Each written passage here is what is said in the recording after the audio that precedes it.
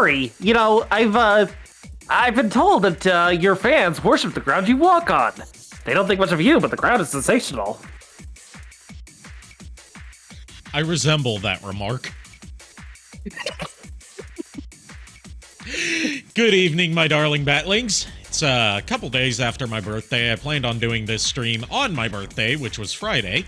But we had a big winter storm coming through the East Coast, and I had to get somewhere that I'm not going to probably freeze in if the power goes out, and where I will have food to eat if the power goes out, and where I will have a doggo to cuddle if the power goes out.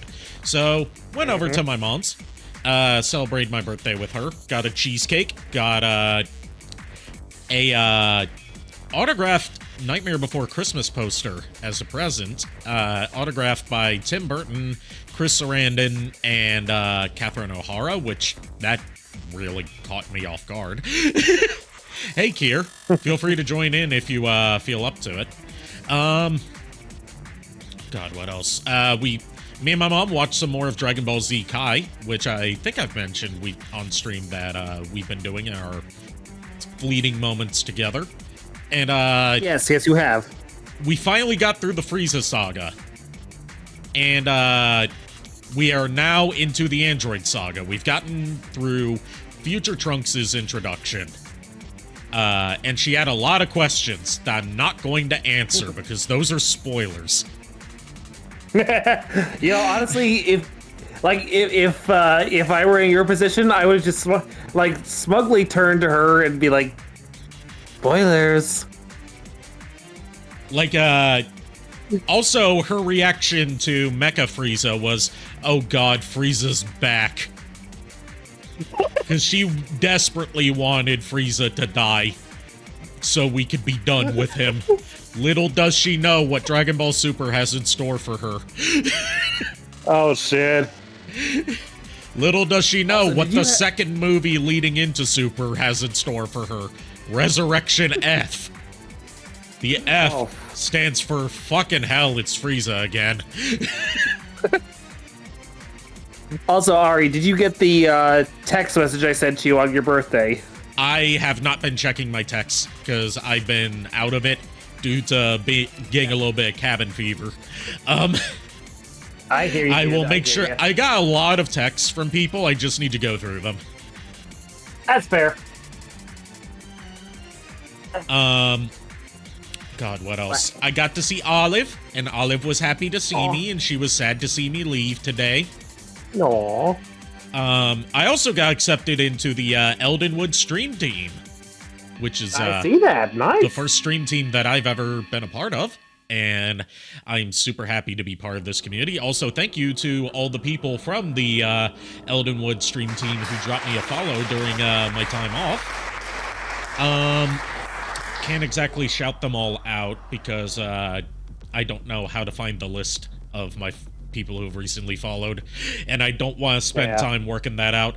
But thank you to everyone who followed in my time off from Eldenwood. It's a great community that I'm happy to be a part of, and I'm honored to have been accepted into the stream team, and I look forward to merging our two communities together, and as well as the communities of the various members of the stream team into one big community of probably brain rot, given that we're all VTubers.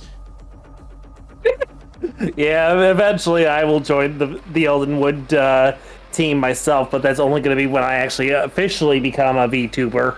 Well, you have to apply to it, and they accept you based on a few criteria.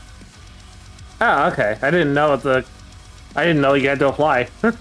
Yeah, applications are only open in batches, so they don't have to go through too many submissions at once. I was submission number 200 out of this batch.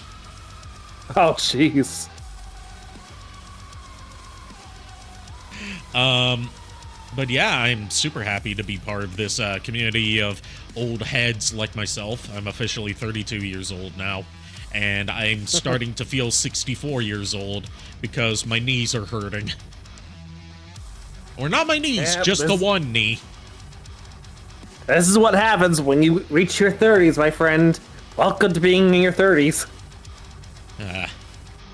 I really should have set up that Johnny Joeli song that some fans put together and got him to sing for Sonic's 30th anniversary, Crushing 30s. Which is all about being fucking old. Yep. So we're doing Ape Escape tonight. I planned on a... Sorry. I was just gonna say, it's like, yeah, you know, you, me, Kier, Furret, all of us, fucking old. I'm doing Ape Escape tonight. I planned on, you know, getting super nostalgic and playing it on my actual PS1. But my PS1 that's modded with a Terra Onion mode is having some issues again. This time it's that none of the games are showing up, which means I probably have to, like, just redo the drive-in SD card that I have inserted in there, and then it'll probably work again. Not helped by the fact that I asked on the official Terra Onion Discord, like, hey, are you guys ever gonna release any more firmware updates for it to make PS1 compatibility even better, because I specifically have frequent crashes with the Crash Bandicoot games, funnily enough. Crashing! And nothing else on that, and nothing else in the PS1 library that I've thrown at it. And I got the answer of, oh, we stopped updating it on the PS1 side because it's a dead end, it's too hard.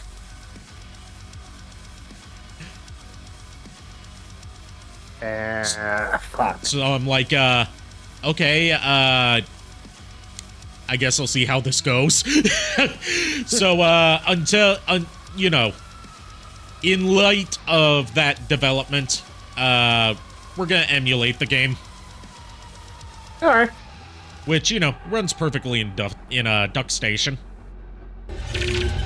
So we'll switch on over here, and JKR will go get some food. So who stepped on a duck? Sorry, that was me. Didn't realize Quackles was over here. I still need to get a Quackles figure for my Masterpiece Megatron. Masterpiece Beast Wars Megatron. Which mine is a KO, because I would argue it was a better value for money, because it came with an alternate voice pack, so it doesn't just say stuff from the Japanese dub. It has lines from David K. Yes. But I only paid $100 for it, as opposed to, what was it, $350 that they wanted for the official? I don't fucking remember, because I paid... I don't remember. All I remember is that it set the record for most expensive Transformers figure released at retail, and then that record got broken by the Masterpiece Optimus Prime 3.0, and then that record got beaten by HasLab Unicron. Yeah. So, I will be back. But I will be listening. Here we go. Here we go. Let's see if this is loud enough to blow out my eardrums like it usually does. Ah! Ah!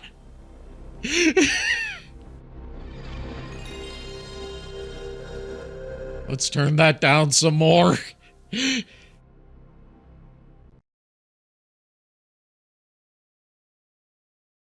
I don't like having my ears blown. I'm not into ear play. Even though the ears are the most sensitive part of any elf. Which I am half of, so that applies to me as well. But I don't like it. It gives me the it gives me the gibblies.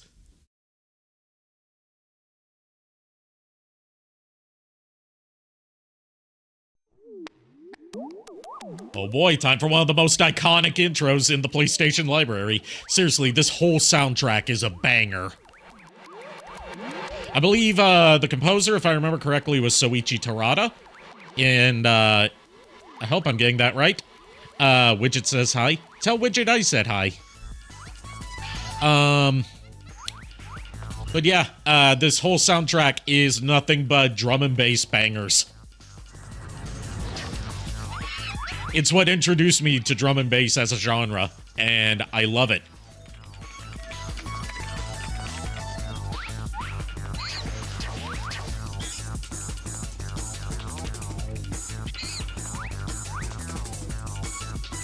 Now, you may be wondering, why'd I go through all this trouble when I can just play it on my PS5? Answer, the PS5 PS1 emulator is garbage because it only registers 8 directions of movement with analog controls, whereas Ape Escape requires full 360-degree analog movement. So playing it on the PS4 and PS5 version just makes it harder. It's good for a challenge run, but it's not a legit way to play it, in my opinion.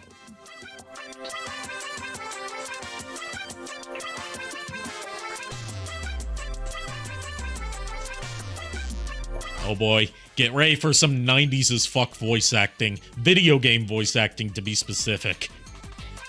Hey, Spike, did the professor finish the time station yet? Are we gonna get to go back in time? He said he'd be finished with it today. Let's go. I can't wait to check out the dinosaurs. Now, I know a lot of people say that the UK dub of this game is better. I'm not gonna agree or disagree. I'm just gonna say this is what I grew up with, so this is what I imagine these incarnations of the cast sounding like. The time station. Which, you know, given that they change voice actors every fucking game, means that I count every game's portrayal of the characters as a different incarnation.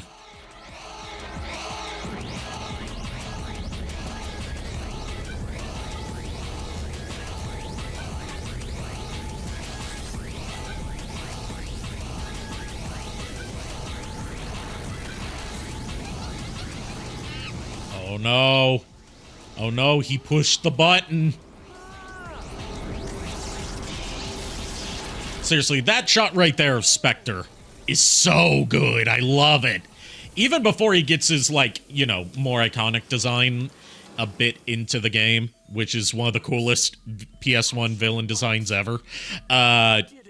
Really underrated one, in my opinion. Like, just the shot of regular Monkey Spectre looking menacingly and not saying a word. It gives off so much of his character without him having to say a single word of dialogue.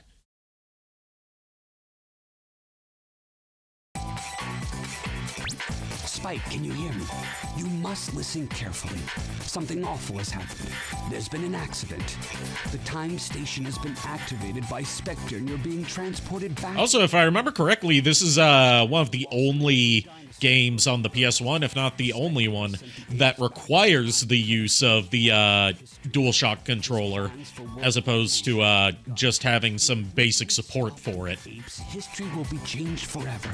Which, you know, makes sense, since this game's whole purpose was to show off what the DualShock can do. We're also caught in transport. I want you to use them to catch the apes and send them back here. The stun club can be used to defend yourself against attackers. And when you use it on the apes... Sadly, I don't have any interesting voice acting trivia to share about this game's cast, or at least in the North American dub, because as was the case for a lot of these video game dubs back in the day, they just hired anyone off the street to do it. So a lot of them were not professional voice actors.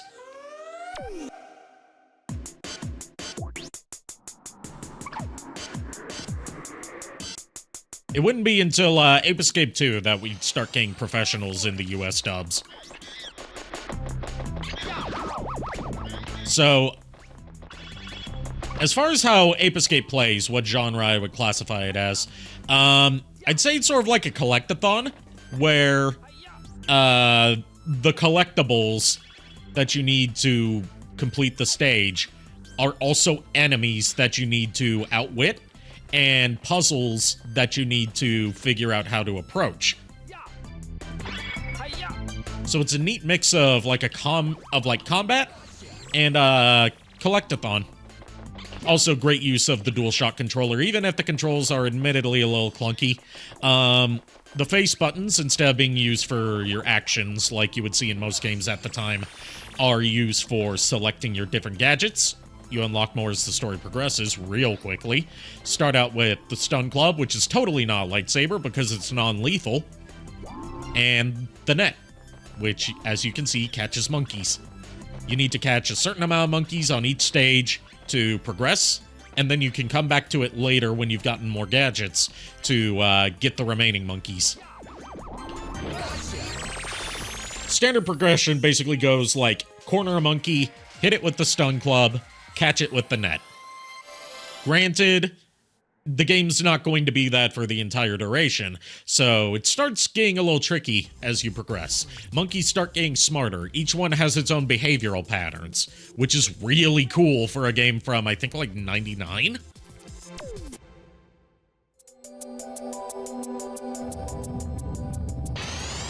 Here we go. In between stages, we get sent here to the time station. Which is, basically just, you know, your standard video game warp room from the era. But it's got a few dedicated, side areas. You've got the save station, where you can also view the, Monkey Almanac. And, see, like... You know what? I'll show you. I'll show you instead of just describing it. First of all, as the name implies, the save station lets you save your game. As a kid, it took me a while to get a memory card, so I had to keep starting this game from the beginning. You'll hear me share that a lot when it comes to my stories with PS1 games. Then there's... They call it the Monkey Book here, but they call it the Almanac in later games. You can view the profile of each monkey. They've each got a name.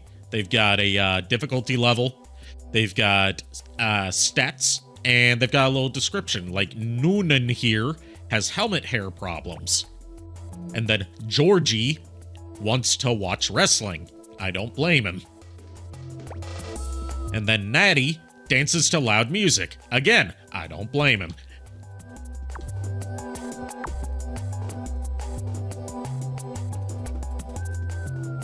The time station tune is just forever stuck in my mind. Not in a bad way at all.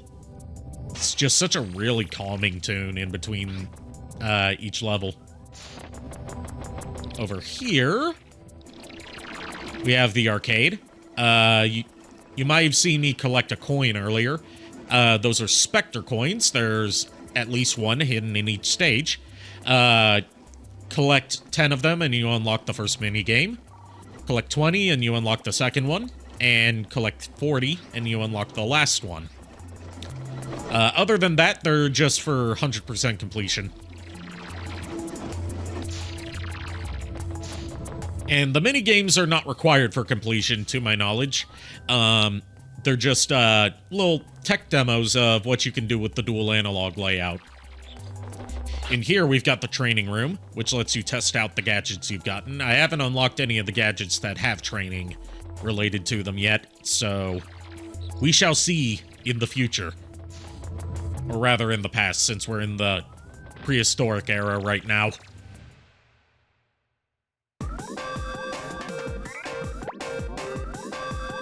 Alright, so each time period has 3 stages. I can't remember how many total there are. I think there's like 20-something stages. Check it out. This is the water net. Use it when you're underwater. I equipped it with an oxygen meter. I'm sending the new gadget over to you right now. Try it out in the training room. Without training, it will be too dangerous for you to continue on to the next area. Well, good luck and be careful. Alright, first gadget. Which, this is one you don't have to equip. It automatically equips itself when you enter water. Basically, it just allows you to swim. Like this. Hold the R1 button to swim faster. Let go of the analog stick to swim upwards. And press the analog stick in. You know, basically press L3, which this is one of the first games to have that feature, to swim downward. And then also, we'll show this in just a second, it's got its own net that you can fire out as a projectile to catch swimming monkeys. click the right stick to fire a net.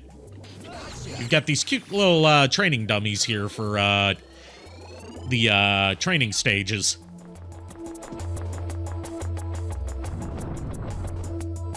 And with that, training complete. And we can move on to the next area, as he said.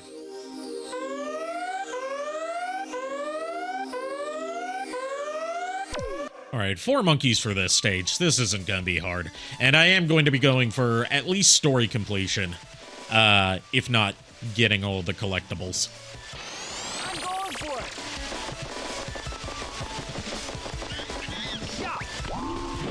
it. Up. Got away from me. Get back here. Ah. No. Hill. There we go. On your way back? Excellent.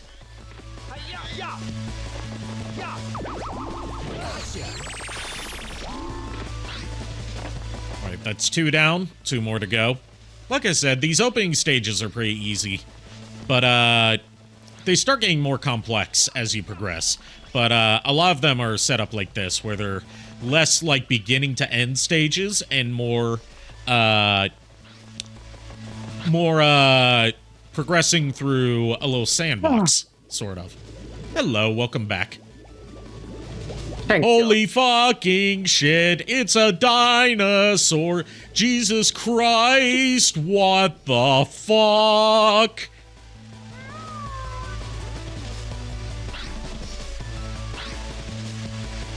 I always like riding on the back of the plesiosaur because I was like really obsessed with Nessie as a kid. I was like, holy shit, it's Nessie. Yep. Now the question is, do I go after these 2 monkeys down here, or do I go after the monkey up there that I missed out on by missing a jump? And there's one more that I could go after as well. That's the fun of a lot of these Ape Escape stages, is you get to choose which monkeys are your priority to catch on your first run through, and that lets you basically plan out what you're gonna have to do when you come back. Like right now, that monkey up there's a little bit easier to get with a gadget we get later, so I'll just catch these 2 in the water. And there we go. Damn monkeys. Frieza would both love and hate this game. Speaking of going back to the discussions of Frieza earlier.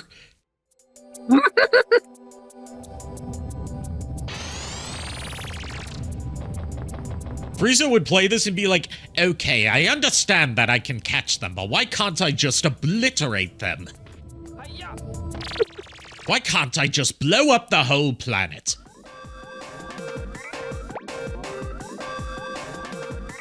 Here, I would say, do what makes you comfortable. And keeps you from getting your pants stolen.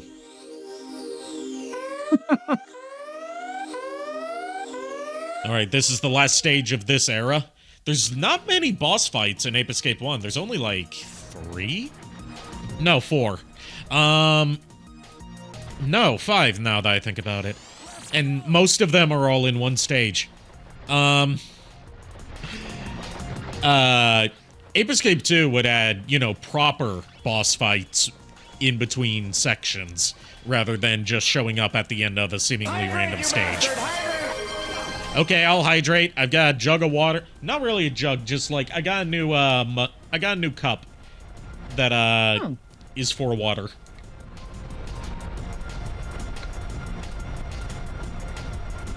Oh snap, I just had a memory hit me when we joked about doing an Ape Escape 3 race. I would still be up for that. Ape Escape 3 is one of my favorite games in the entire PS2 library. We just need to settle on whether we're doing original hardware or emulation. And make sure we're both using the same version of PCSX2 if it's emulation. So we can be on even playing ground instead of, you know, factoring in differences in hardware.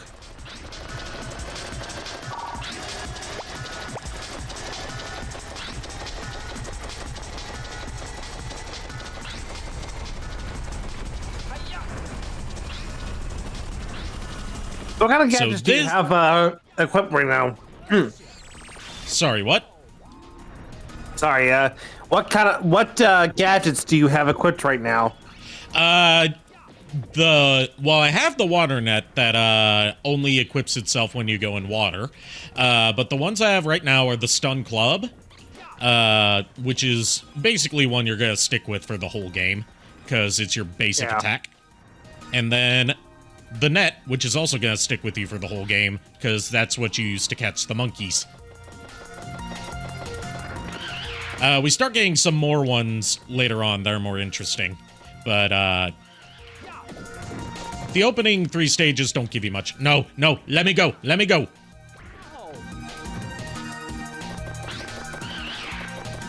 Damn, the monkey hid.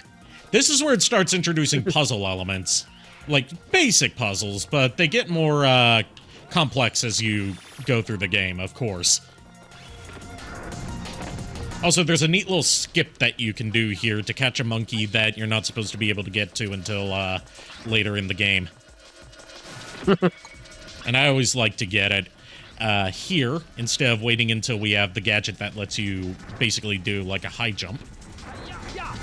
Just double jump off of that step, and it takes you up here.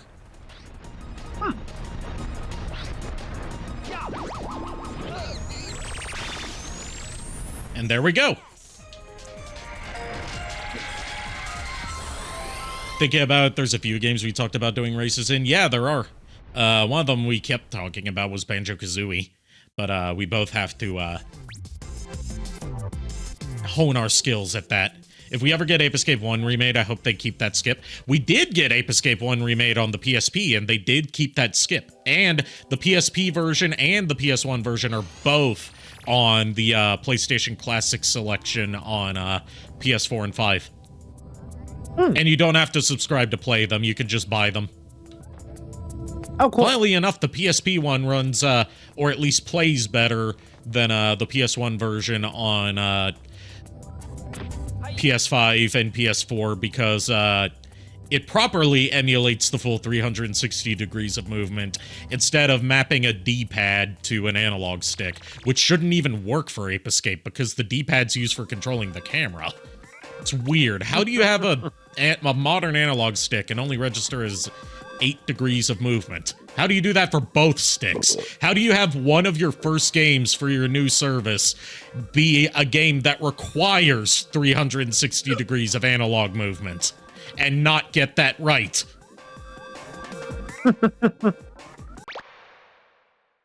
So many questions. I guess. The answer is not carefully at all. All right, here's our next gadget, the monkey radar, which allows us to track positions of nearby monkeys as well as get a brief glimpse at what they're going to be like so we can figure out how to approach them. It also lets us find monkeys that are hidden inside of parts of scenery. It's also basically a good way to figure out where It's also basically a good way to figure out where you're going next.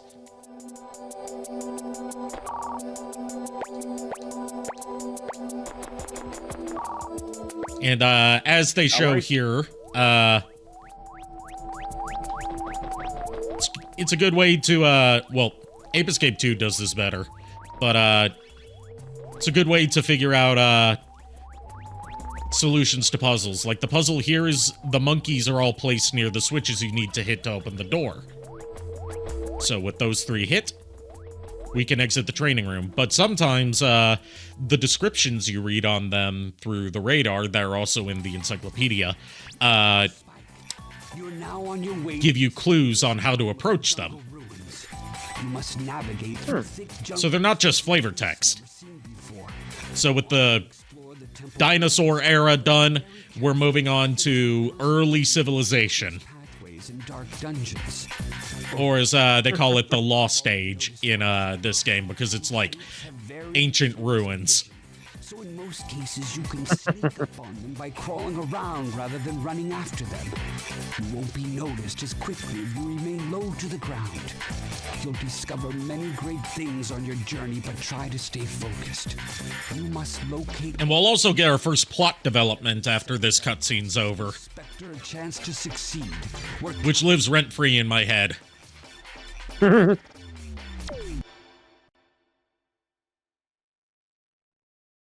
worry, Chief. I'm always on duty. There he is, the boy! Remember me? It's me, Spectre, the future leader of the new age. That's right. Apes will soon... I've wanted to cosplay Spectre for years. What stopped you? Figuring out how to style a wig like his wild, spiky hair and making his helmet. The monkey that performs at the amusement park. What? He's that cute little monkey that everyone loves to come and see? But how? Yes, that's right. I stumbled onto this incredible invention of yours, this peak point helmet, and it's given me remarkable knowledge and great powers. And now, I plan to rule the world. And I owe it to you, Professor. Spectre, you must listen to me carefully. It's true that the Peak Point helmet will augment your intelligence to heightened levels when it's worn. However, it is still incomplete. It's never been tested and may be very dangerous to use. I advise, no, I insist that you bring the Peak Point helmet back to me immediately. Bring it back? Are you kidding? I'm sorry, Professor, but it's too late. I've already made duplicate helmets for my new army of apes. There's no stopping us now. The future is mine! Try and trick me into giving this helmet back, Professor. So, like, as an Ape Escape aficionado, this is probably the best of Spectre's plans, and they get progressively worse as the series goes on. No longer will humans be the... Oh, jeez. And it's partly down to, oh fuck, we already used time travel for the first game. What do we do now? Michael find you. Just wait, you'll see. We're not gonna stand around and let you take over. Spike? That little runt? He doesn't scare me. I've got a surprise for him. Jake! I've always wanted to go up against you. Now here's my chance. I'm gonna have a great time destroying you and showing you who's the real hero. What's happening? What's wrong with you? So yeah, not only did the Peak Point helmet make Spectre smarter, it gave him psychic abilities, including brainwashing powers. You hear me? Oh, jeez. Somehow he's been brainwashed and he's being controlled by Spectre. That's right, Professor. You're very perceptive. The boy you see here isn't the same anymore. He works for me now. I'm in control, and no one can stop me, especially not you. Well, I've got to go now, but I'm sure we'll be talking again soon. Another thing that stopped me from cosplaying him was, trying to find the right colored wig to style for him, because I don't want it to be a solid white. I want to have that sort of like gradient into a light, into like an icy blue that it has. I might have to just, you know, augment the wig myself to do that. This is all hypothetical. Yeah. I haven't actually started on this, and I don't plan to anytime soon. Yeah. Part of it is also, I need to get in better shape, because Spectre doesn't wear a shirt, and I don't want to, you know, traumatize some people. Yeah. And I'm also, you know, not confident in how I appear. And I want to be confident in how I appear before I do something like that. That's fair, dude. I get you. Oh yeah, I haven't equipped the monkey radar yet. There we go. Press select to bring up your gadget menu, and then you can assign any gadget to any button. You can only have 4 equipped at a time, which is why you have to strategize based on what's the current situation is. And you may have noticed that some of the monkeys are wearing different colored pants, right? Like you've got a lot of them wearing yellow pants. We had that one that was wearing light blue pants. We've got one up here that's wearing black pants. The colored pants, as well as a few visual indicators with them, tells you what kind of attack, basically what kind of base personality that a monkey of this type is going to have and how you should approach them. Black pants monkeys, for example, they always wear black pants and shades and carry machine guns. And jeez. they fire at you from a distance, but their machine guns fire in bursts. If it shoots you, it's gonna hurt. To paraphrase the literature classic, the DK rap.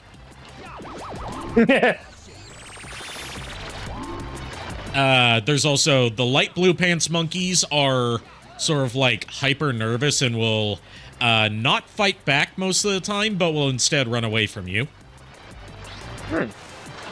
They don't really flesh out those ones until Ape Escape 2. And in between 1 and 2, they also make some changes to a few others. Later on, we'll come across red pants monkeys, which are the most aggressive, and are basically sort of like mini-bosses in monkey form, where they have, like, the heaviest artillery, and are hyper-aggressive, and will not stop attacking you on sight.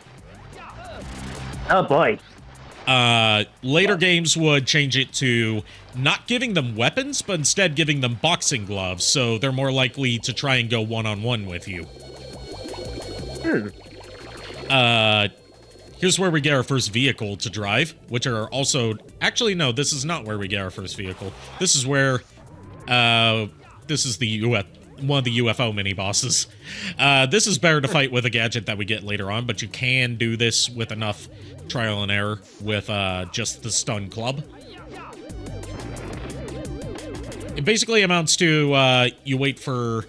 If you want to do this with the stun club, you gotta wait until the monkey gets close to you and low enough for you to hit it with the stun club. You could just barely hit it with the double jump. I'll come back to this when I've gotten the slingshot, which is our ranged weapon. And we get the slingshot in, I think, like, the next stage or the one after it. Although in this game, they don't call it the slingshot. They call it the slingback shooter. Whereas in the British version, from what I've seen, they call it the catapult. Because that do be what the British be calling a fucking slingshot, mate. Call a fucking catapult. England, innit? Sorry to all my my handful of British viewers. And you're welcome to my handful of Irish and or Scottish viewers. See that catfish there? Oh, I love catfish. Yeah. We do not want to touch that catfish. We're gonna get in the boat. What happens? You're gonna see why. The catfish. You're gonna see what happens if you get near the catfish. But we're gonna be in the boat, so we'll be safe. Also, you row the boat by spinning the analog sticks.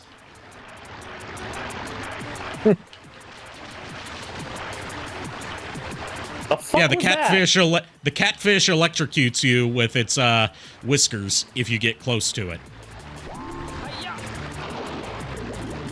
So what, did Spectre decide to fucking augment this catfish's DNA with eel DNA? Well, keep in mind, we're still in prehistory times. So, it's a prehistoric catfish. There's nothing in the fossil record that says that there were not giant catfish in the past that electrocuted their prey with their whiskers.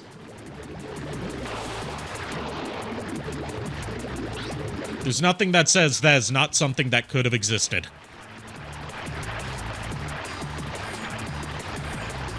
Also, an easier way to control the rowboat that the game doesn't really tell you about is just holding the analog sticks both in the same direction. You'll row slower, but you'll go straight. Alright, time to show how switches work. Also, the cookies are your health, in case you haven't picked it up. Yeah. Okay. You've got the sort of like rotating switches, where you have to attack them repeatedly, which I do via the spin to raise and lower gates most often. As well as sometimes raising and lowering platforms. The spin move you do by, you know, since everything is done based on what direction you swing the analog stick in, you just rotate it and you do this spin attack.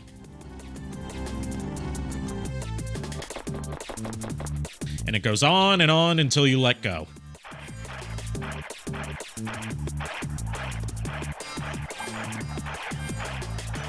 So there's no catfish here, but there is like some sort of barracuda motherfucker. Yes, we spin. We spin!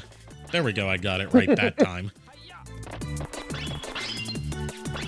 Now, I can either go after the monkey here, or I can go after a mini-boss that's up here. I'm gonna go after this monkey and leave the mini-boss for later. Actually, no, I'm gonna go after the mini-boss now. Because I only have one monkey left to catch, and I want to take care of the mini-boss. Also, these cookie jars will give you an infinite resupply of health. So you see this monkey near the tree? We have to fight the tree. Yeah. Oh, jeez. And it's easy. You just attack its branches. Try not to get punched by it. It's got a mean left hook. If you get too close to it while its defenses are up, it'll blow wind at you. Oh, jeez. And there we go. Stage completed. Nice. This is actually a game I would feel comfortable trying to do, like, a non-glitch speedrun for. Because I've played it so many times. Yeah. You did great. In fact, I've got 2 physical copies of it. Nice. Why do I have 2? The answer is because one of them works fine. The other one is scratched, and it introduces an interesting bug that only happens when your disc is damaged, where it loads up the Japanese title screen instead of the English one. Oh, wow. And I kept that just for, like, curiosity's sake. That's fair. Alright, this is the stage where we get the slingback shooter. No, it's the one after this. Damn.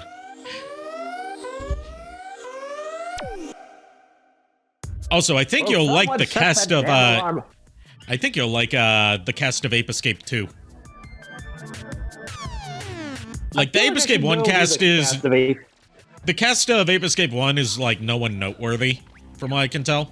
Like, a lot of people, this was their only thing they worked on. Ape Escape 2 uses voice actors from 4Kids. Nice. Which means that we get a main character that is voiced by Veronica Taylor using her Ash voice, and Natalie, the lab assistant, is voiced by Rachel Lillis using her Misty voice. Rest in peace, Rachel Lillis. Yes. And Spectre in that game is voiced by the guy who voiced Tristan in Yu-Gi-Oh! Oh, okay. And I always mistook it for,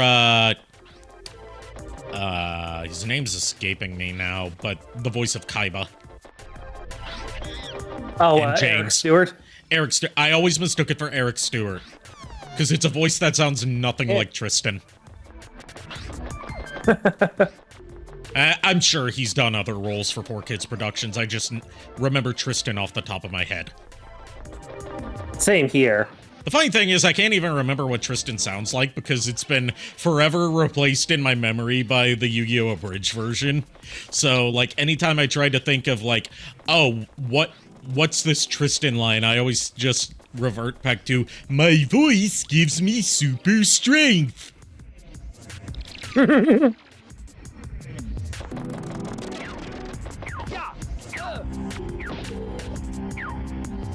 Now, if you saw that this stage introduces some dark blue panted monkeys, those ones are super speedy, and you have to chase them down, which gets easier with the gadget we get later on. Also, we start getting yellow pants monkeys wielding guns. Yellow pants monkeys are like your default ones. Which is why they're the mascot mook for the franchise. Makes sense. And this stage also introduces in one area that we may or may not make it to, green pants monkeys, which are a bitch and a half to catch in this game.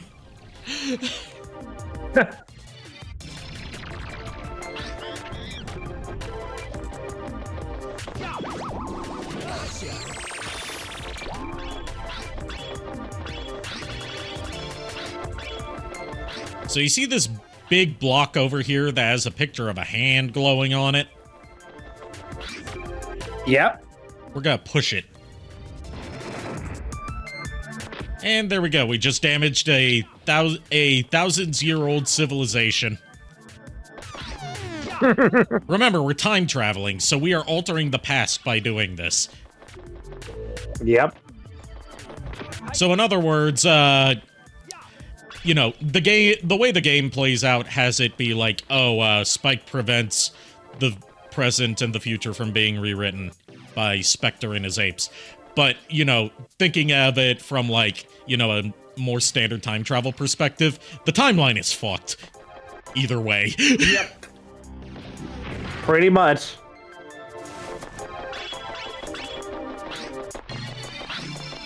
Alright, here's where we get those green pants monkeys. They have the best vision because they're wearing goggles. And they fire missiles at you if they see you. Which is why we have to be sneaky. We gotta be quick. Oh yeah, and you crawl by clicking the left stick, and you hide by clicking the right stick. The monkey's vision is based on motion, apparently, like a Tyrannosaurus. Or a Specifically, or one of those candle Digimon from Frontiers.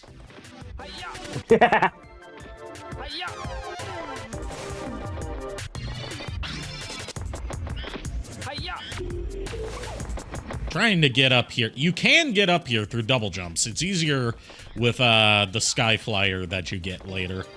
I like to get this one early, because it's one I always forget about.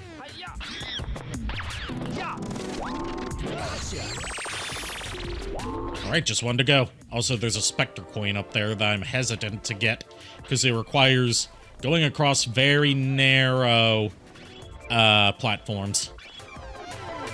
Yep, These always tense me up. There's some that are unavoidable later. Thankfully, later Ape Escape games wouldn't have these much, if at all. Just... You can, like, you know, freely rotate the camera with the D-pad, but since it's kind of like an awkward movement to go from left analog stick to D-pad, I like to just center the camera with the L1 button to keep it behind me. Same thing that I do in No More Heroes 1 when I'm playing it on the Wii. Because it's awkward to go from, like, pressing buttons to using the D-pad on a Wii remote. Yeah. And there we go, stage complete. Nice.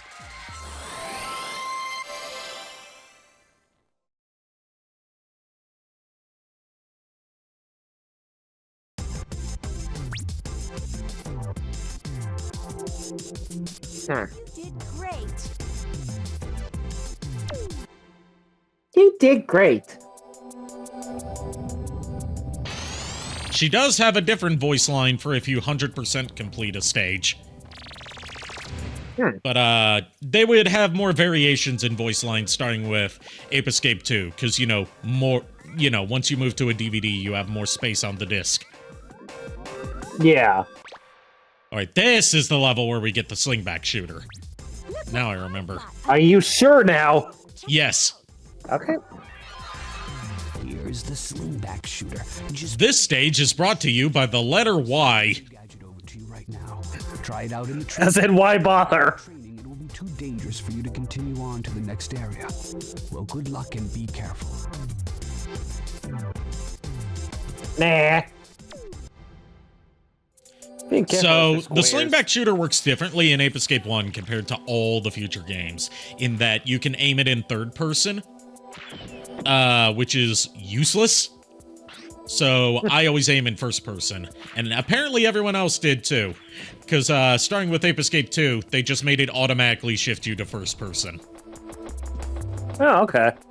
And you got 3 different types of ammo, and you can also use it to hit faraway switches, which we'll start seeing plenty of. We got 3 types of ammo. We've got our basic pebbles, which are in infinite supply.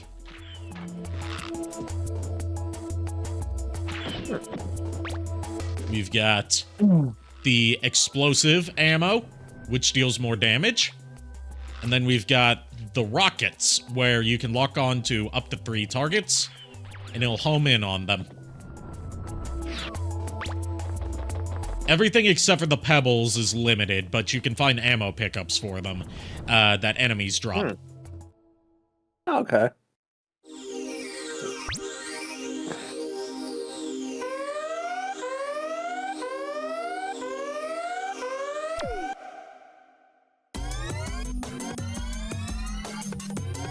No! Yes! I'm going for it. Alright, we gotta equip our slingback shooter since we're gonna be using it plenty in this stage. Now there's 2 paths you can go down here. I like to go up this one first. This is where the stages start getting a lot more branching pathways.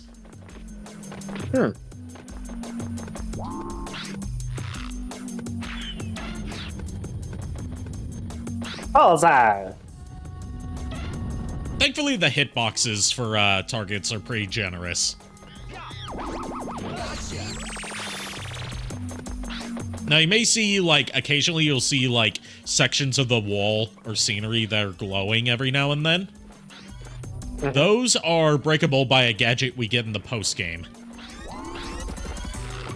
So, try not to think about them for now. Okay. Because up until post-game, like after we beat the main story scenario, and then we're doing cleanup, we are not able to do anything with them.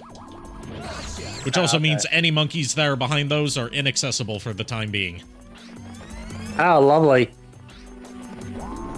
I mean, it's Ape Escape tradition to have some stuff that you can't get until the post-game. I mean, that makes sense. I mean, there's always it's basically a means of making, like, it's basically a means of getting you to play the game you know, more than once. It's not even making you play it more than once, because it's like in every Ape Escape game you don't get a definitive ending unless you've caught all the monkeys. And the only way to catch all the monkeys is to get the gadget that you unlock in the post game. Ah. And then once you've caught all the monkeys, you get a final showdown with Spectre, and then you get the true ending. Think of it like Crash Bandicoot, how you don't get the true ending until you've gotten all the gems and crystals and relics. Yeah. Right. Which, you know, given that this came out contemporaneously with the original Crash trilogy, that's probably where they drew inspiration from. So, at least a little bit. Given that this was the era of the 3D collectathon platformer.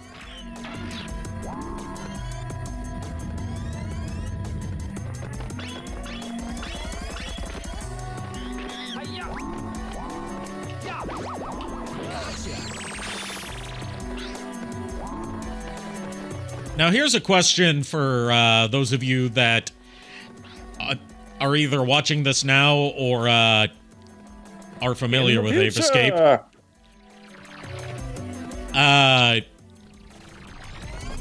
Which is a more effective, you know, monkey uprising leader, Spectre or what's his name from the Planet of the Apes movies? I haven't seen the Planet of the Apes movies. You know, the recent ones were Caesar, yes. Like, who's a more effective monkey uprising leader, apart from the fact that Caesar actually probably succeeded, since, you know, Planet of the Apes. But, like, basically, like, death battle. Caesar versus, Spectre, who wins? And their respective monkey armies. Well, it all depends. Actually, it'll probably be better to judge that once we get to Ape Escape 2 and 3, when he introduces basically sort of like some generals for his army, instead of just him being the main one behind everything. Yes. So think of it like a quirky mini-boss squad, except they are the bosses that you have to fight. The Freaky Monkey 5, they're called. Oh my god. Freaky Monkey 5. You did great.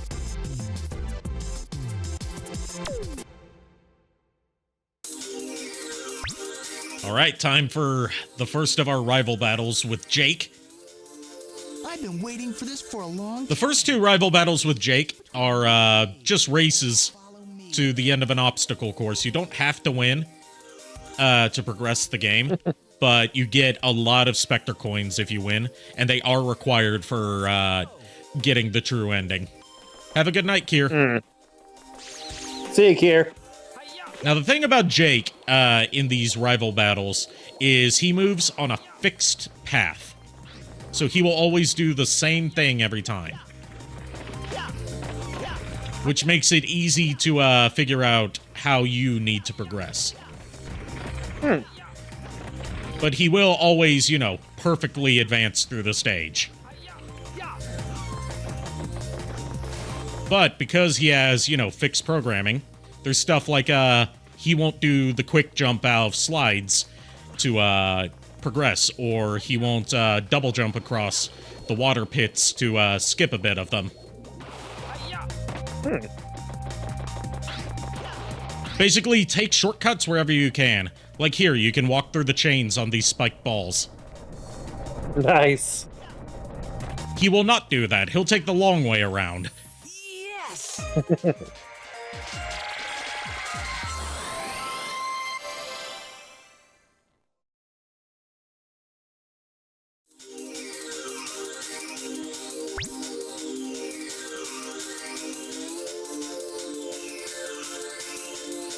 I'll go up against you anytime you want.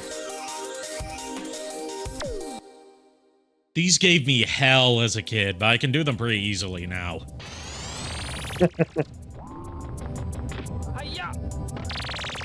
Alright, on to the next era. Which is Oceania. Basically, they got their time periods a little bit backwards. Where it's like, now we're going to the era where the Earth was covered in water. With only, patches of land. But that was before the age of the dinosaurs. Look what I've got, a new gadget. Check it out. This is the Super Hoop. It protects... Super Hoop is the thing that we needed to go faster. And it's also one of my favorite gadgets to use, because it's just a fun input. It will be too dangerous for you to continue on to the next area. Well, good luck and be careful. And sadly, in future games, they'll change its name from the Super Hoop to the Dash Hoop. I'm going for it! Basically, what you do is you bring it around town. Bring it around town. And then you dash off and deal damage to anything you run into.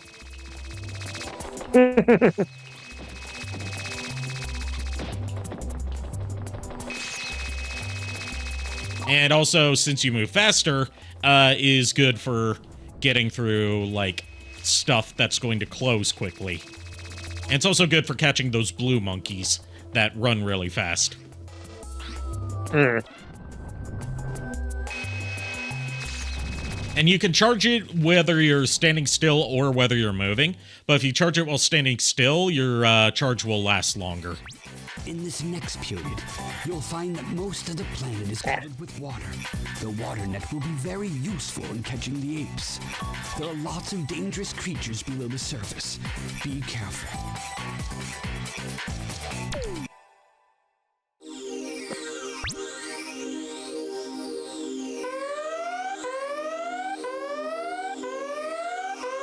Your mission objective?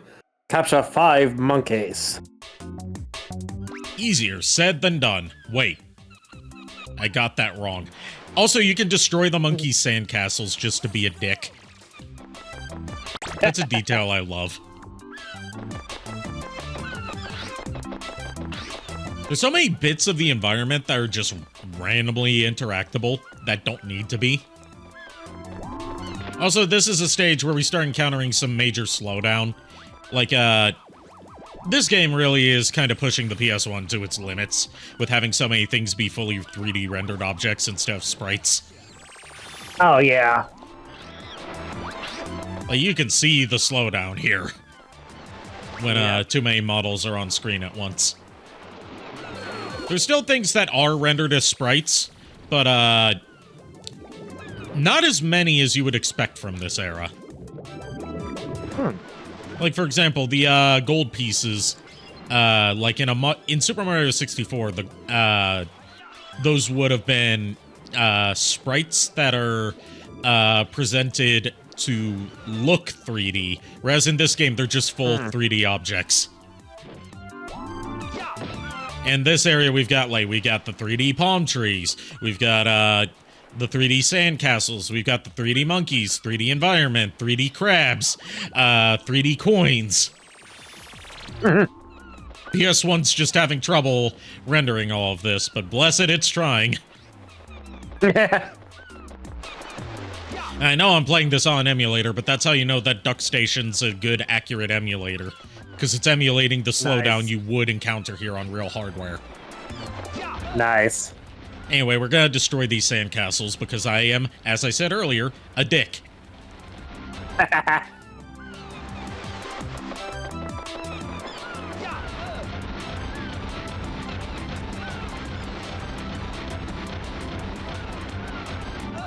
By the way, I will say, if you want to look into... Hey, Coffee Pod, hello. How are you doing? I don't know why I'm going Christopher Walken here. But,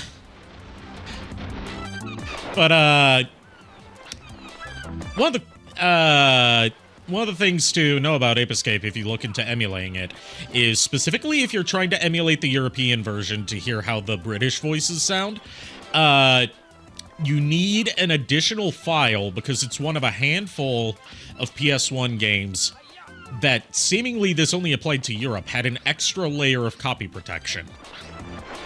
What the heck is this? This is Ape Escape, my friend. One of the foundational games of my childhood, which is why we're streaming it for my birthday celebration. Feel free to hop in if you feel up to it, and if you are in an environment where you are able to. No pressure.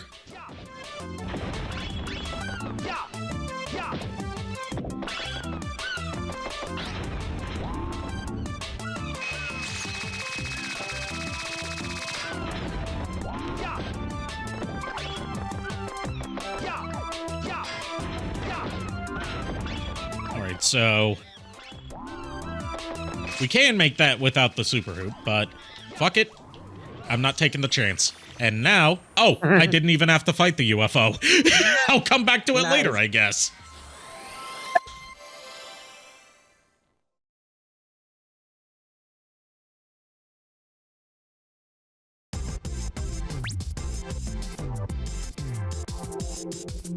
Seriously, these are some PS1-ass PS1 models. I love them. These are the most PS1 that PS1 models can be. Like, you see a lot of VTubers going for a low poly style, and they don't look like PS1 models that they're trying to go for. They look more like Mega Man Legends, which went for a specific style. Whereas your more average PS1 game looked like this.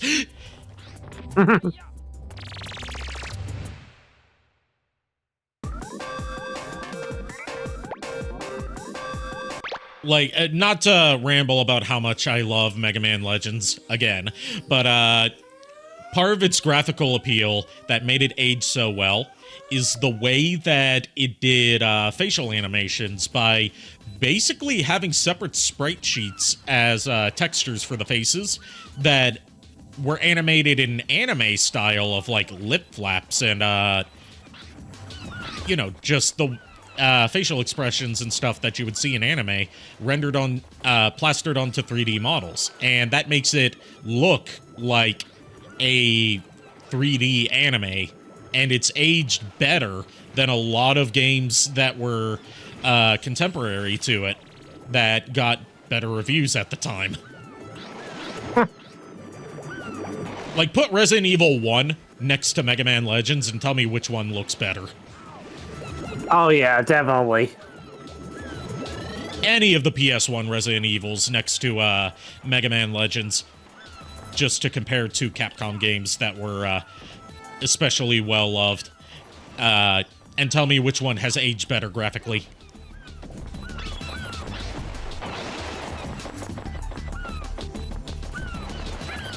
That's why I say if we are ever to get, like, a full remake of Mega Man Legends, I want it to keep that anime aesthetic instead of trying to make it more realistic. Like, the RE engine is capable of doing cartoony visuals. In fact, if you even remember that they came out with a new Ghost and Goblins game a few years ago that looked really cool because it was, like, hand-drawn 2D sprite work. It's, like, sort of like the way Shantae Half Genie Hero does it, where it looks like hand-drawn cartoons moving in a video game. That's all done in the RE engine, and it looks fantastic. Everyone thinks RE Engine can only do photorealistic stuff, but that's because Capcom keeps pushing it to do photorealistic stuff instead of experimenting with its capabilities. Yep. Although, I will say Street Fighter 6 is a good example of it doing something more stylized, because that runs in the RE Engine, and it looks fantastic. Yeah, the Ghost and Goblins game for PS4, Xbox One, and Switch was RE Engine. They also used the RE Engine for the Capcom Arcade Classics things. You know, the ones where it's like, you get them for free and then you pay for individual games. The arcades are, like, they're emulating the arcade games, but it's all running inside the RE engine. It's a really versatile platform that doesn't get the praise it deserves. Tell me when you can roleplay again. 83. Hey, Lulu. Thank you for, that was 100 bits. Holy shit. When can I roleplay again? I mean, I should be able to on our usual Tuesday and Thursday. I wasn't planning to get home until tomorrow, but the road's cleared up enough for me to be able to get here safely. Nice. And thank you for the 100 bits.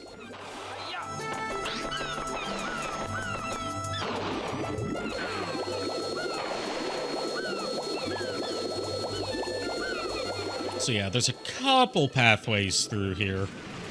Not involving getting eaten by the shark. This is not Jaws the Revenge, which is the only Jaws movie I've seen. And let me tell you, it gave a horrible impression of what Jaws is like. And it's also, you know, just not a good movie to show a 7-year-old when they're at the beach. Thanks, Dad. Oh, jeez. Old Count Orlok really did that, eh? Yes. I've never said my dad's the brightest knife in the crayon box.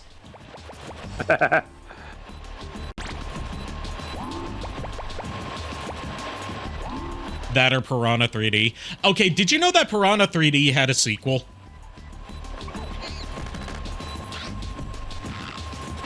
Yeah, first of all, Piranha 3D is a remake. But Piranha 3D had a sequel that, like, gave up all pretenses and just played up the sex appeal.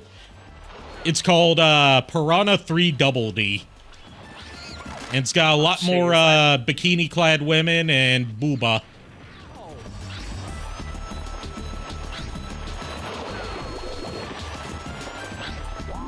And it's got David Hasselhoff as well. Go figure. But yeah, Piranha 3D is a remake. The original Piranha was a Jaws knockoff that was one of many Jaws knockoffs to come out in the wake of Jaws.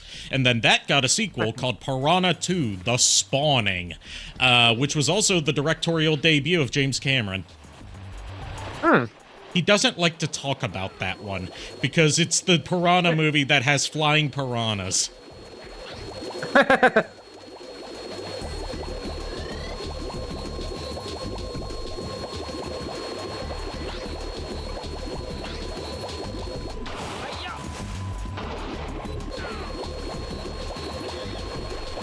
To give you an idea of, like, what kind of movie Piranha 3 Double D is trying to be, without... I wanted you to do fortune reading for Nikok's Belmont Eye, but it won't let me redeem it. It won't let you redeem it? You know what? because it's not letting you redeem it, and because you already tipped me 100 bits, I will do a fortune reading for you this one time for, technically not for free because you paid me, but I'll give you this one on the house. Just need to get everything set up.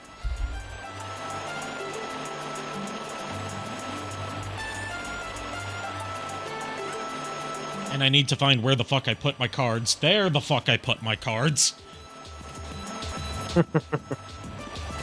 I figured you would want the Amy Rose one. Alright, let's go on over here. Hide me. That's a little bit off center. So,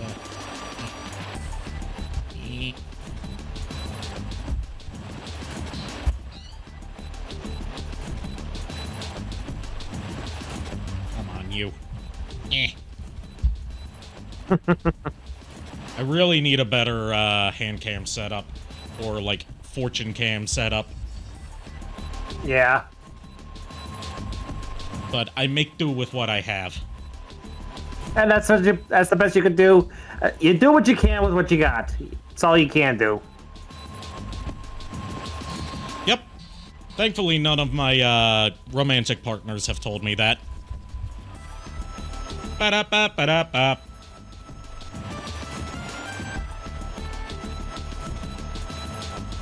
No. Also, you just played Sonic Adventure for the first time? Awesome. Which version did you play? Because there's so many of them.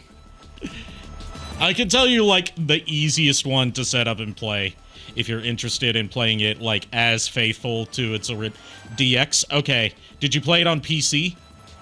Because if you play it on PC, there's a good way to set it up for, making it as close to the original Dreamcast version as possible, with the improved frame rates of, the DX version.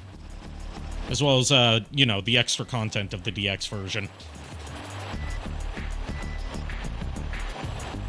Hey, Ari, since you're emulating? Okay. Try emulating the Dreamcast version, because that one plays better than DX. DX has a higher frame rate, but, it introduces a lot more glitches, and they fucked up the graphics. Like, part of it is that they plastered, like, GameCube quality models onto the Dreamcast assets, and everything just looks fucked. All right, a three card reading. Simple enough. Now let's see how I fucked this up. Don't you fall on me. But yeah, I can help you get set up for Dreamcast emulation with the proper emulator and all the stuff you'll need.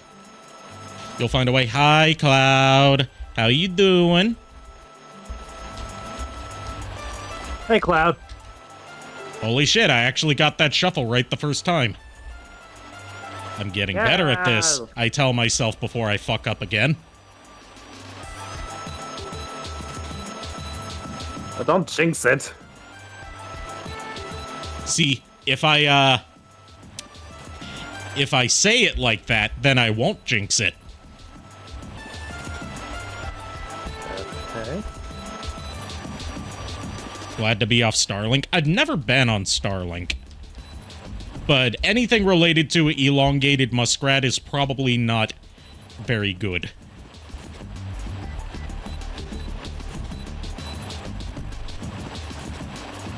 Such a shame that that name will forever be associated with him rather than the last appearance of Star Fox outside of Super Smash Bros. Barely a step above HughesNet. I have no idea what HughesNet is. Drop some cards. Ow. Oh, guess it's a internet service provider, apparently. Because they're saying that they'd rather be on Spectrum.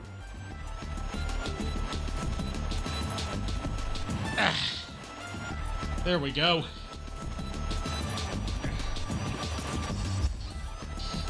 Also, I've got on socks partly because I am trying to do some moisturizing, and the socks will keep myself from getting all, like, covered in just gunk from the carpet, and also because no free feet pics. Anyways, 3-card reading. You know how it goes. Lulu, tell me when to stop 3 times.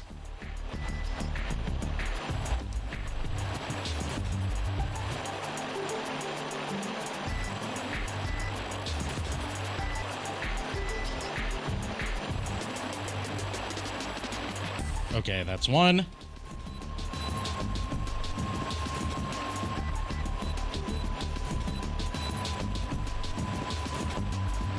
These cards are starting to stick together less, but they're still kind of sticking together.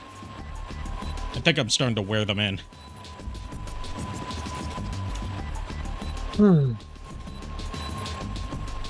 Alright, 2 more stops, Lulu. Eh.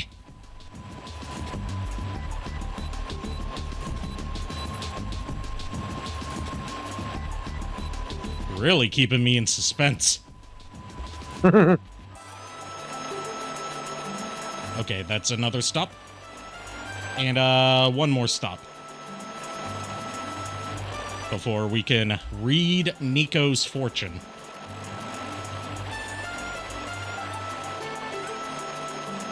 And if he feels up to sharing, then, you can speak for him and, there we go. Stop. Alright, that shall be your last card. Let me place these on the bottom. And we'll get them laid out.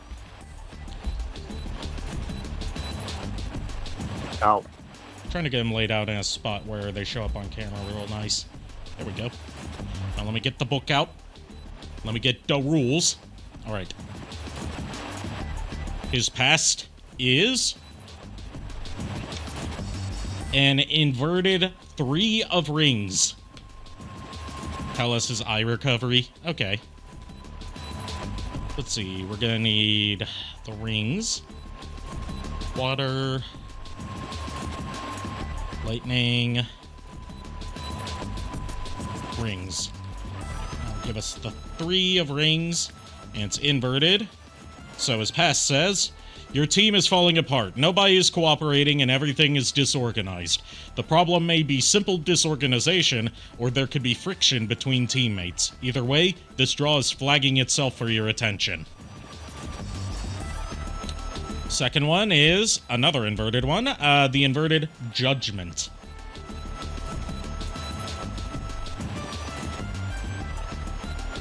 See what judgment has to say and what specifically an inverted judgment has to say.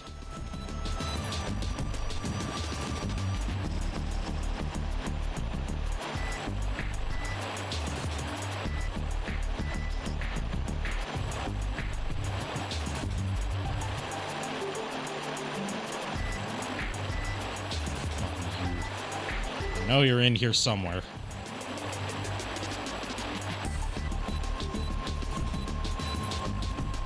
There we go. Judgment. And it's inverted, which means you're not sure what to do. Maybe it's because you haven't been paying attention and you're missing some key factors. Or maybe you don't believe in yourself. It's hard to make a decision when you don't trust your own judgment. Either way, it's not too late to reassess. So that's his present and his future. Another inverted one. The 10 of Fire. All 3 are inverted. Now, inverted doesn't necessarily mean bad. Just keep that in mind.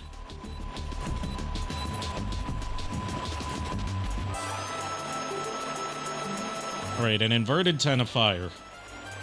You've taken on too much when you should have entrusted some to others. You're approaching burnout.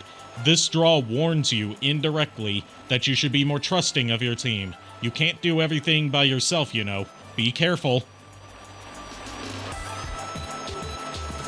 Don't know exactly how that applies to his eye recovery, but that is what the cards have to say. A lot of it seems to be focused on him needing to let other people take on some burdens for him instead of trying to handle everything himself. Which, having known Nico for over a decade now, sounds very much like him. And I mean that I don't mean that in a bad way.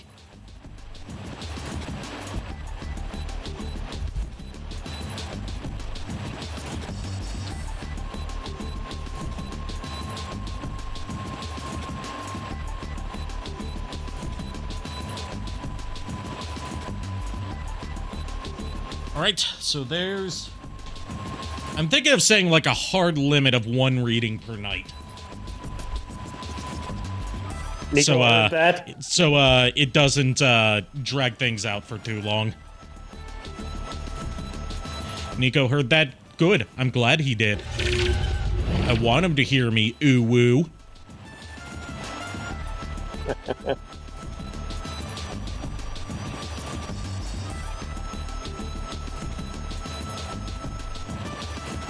You know what else he's gonna hear? The sound of his own cock that he sent me. Brace yourselves. Volume warning.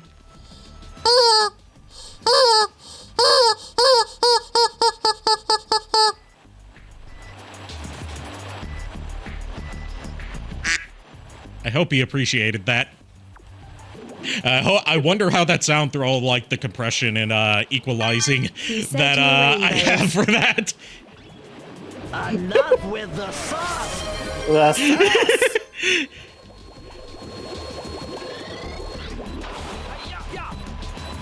Don't blame me.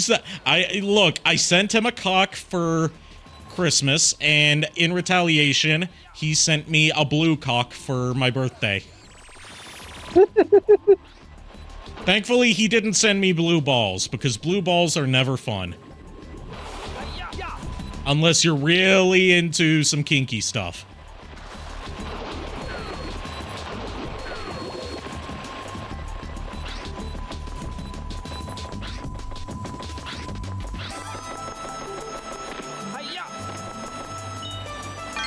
Still, he said he's still in puppy. Yes, I am still an asshole. I love the fact. I still love the way it censors naughty words with just random nice words. Makes it sound like he's calling me his puppy, which no, I'm not into pet play.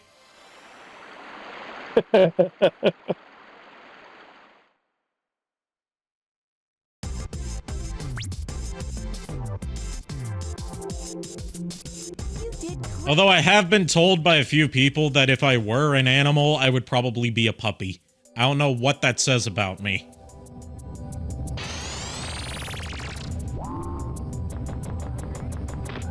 Oh, we unlocked our first minigame. We'll, check that out real quick.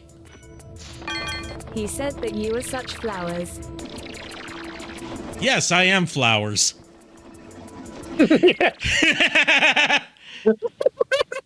I am flowers, specifically the kind that grow in, specifically the kind that, grow out of the asphalt. Alright, our first minigame is Ski Kids Racing. I love the visuals for this. It's like Parappa the Rapper, but you actually get to see them from all angles. Which, you know, impressive graphical technique to be able to do that.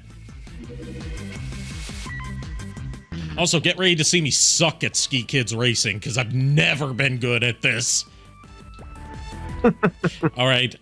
Our, playable characters are Spike, Jake, a monkey, Natalie, and the Professor. Say go with the monkey. Okay, we'll go as the 3-year-old paranoiac monkey. Next, we select a course. We're gonna go with this one because he's making a left turn. Next, the qualifier, which I always suck at. So the way this works is that each of the sticks controls one of your skis, and your speed is basically the way you speed up is very similar to how you would speed up if you were skiing in real life, which is, I don't know, because I've never been skiing. Yeah, I've skied multiple times myself, so I would know. I've never skied, I've only skeeted. That was foul, I apologize.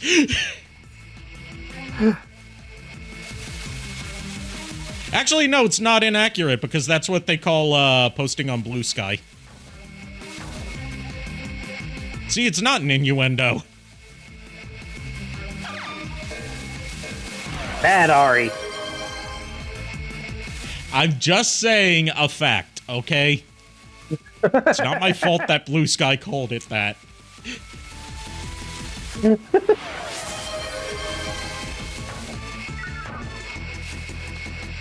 And now you see why I suck so much at Ski Kids Racing. That was just the qualifier, now for the actual race. Whoops.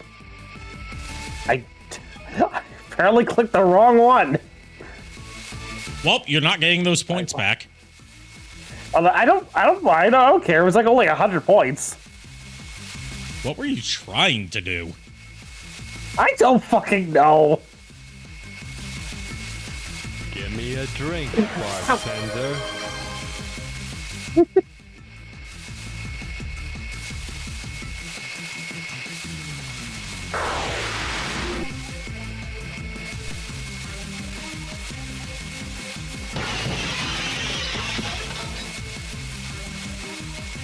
Oh, I'm actually doing better at this race than I usually do. I spoke too soon. You jinxed it. Now you know he's here.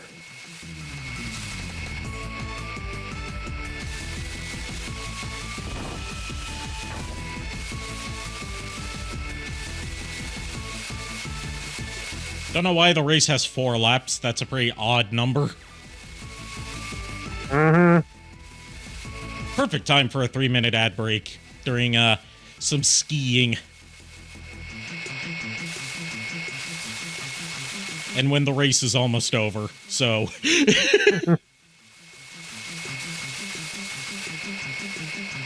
Well, it's actually an even number. Yeah, but most racing games, you know, the race goes on for, like, 3 laps.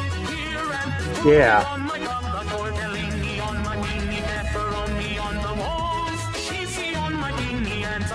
And here we get the instant replay. Which, you know, this was actually kind of a technical achievement for the PS1 because replays were really hard to do, even in that generation. And the fact that it's got multiple camera angles for different parts of the race. Like, seriously, Ape Escape may look crusty as fuck, but it's a technical showcase for the PS1.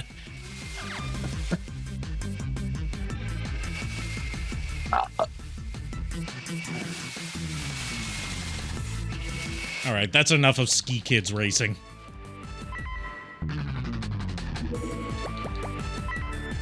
And you can play it multiplayer. I forgot to add that. You can play all of the minigames multiplayer.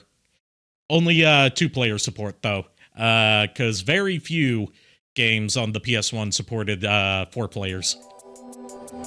Huh. Mostly due to the fact that you need an adapter to even hook up 4 controllers.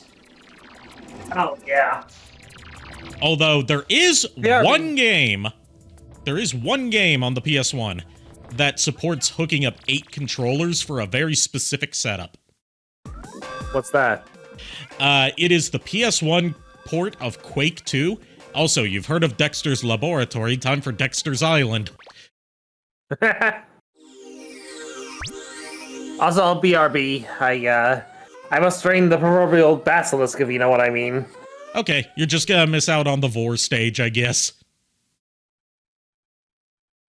I mean, I'll still hear everything going on. Yeah, this is basically Ape Escape's equivalent of the Jabu Jabu's Belly stage from Ocarina of Time. It's even got a very similar layout and similar enemies. Oh no, he has an island. I read that and it like, my brain processed it the same way as, like, oh no, he's hot. By the way, this is Dexter. Say hi to Dexter, everybody.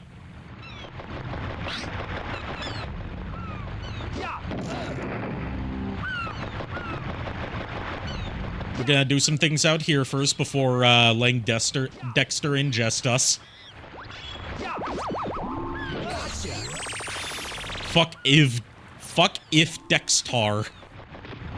Fuck off, Dexter. What you got against Dexter? Dexter hasn't done anything wrong. He's just chilling. He's just chilling in his cave. I can relate.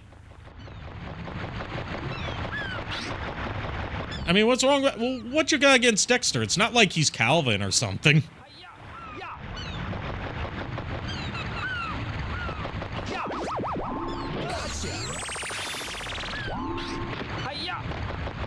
That's the fastest I've caught that monkey.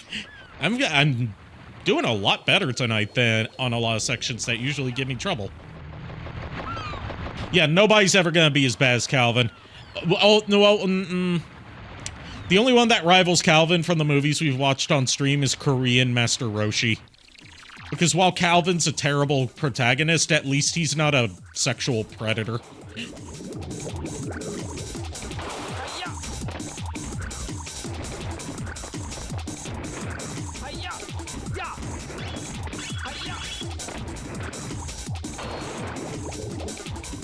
I know that you could say that, I know you could use that descriptor for a lot of incarnations of Master Roshi, but the Korean one hits the worst because it's live action. And and you can tell that, like, the actress playing Bulma is uncomfortable.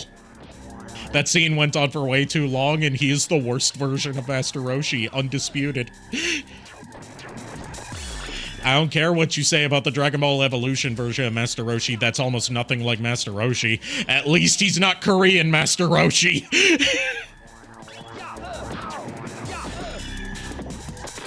Hold up, there's a Korean live-action Dragon Ball. Yeah, we watched it on stream when JKR was over here. You can find the VOD of it on my YouTube channel, youtube.com/Lord Arikado.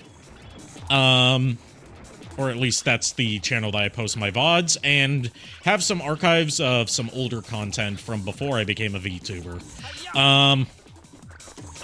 But yeah, it's a Korean unofficial live-action Dragon Ball movie.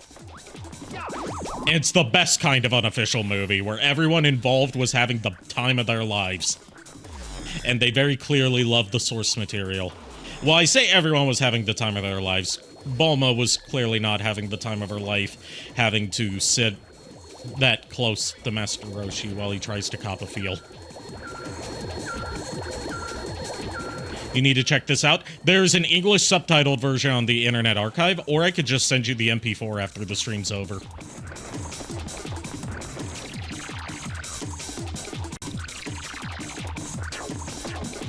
But yeah, is the best live-action Dragon Ball movie by default, because not only is it the most accurate in terms of the way it presents the story, Turtle gets a fight scene, and he beats the fuck out of them!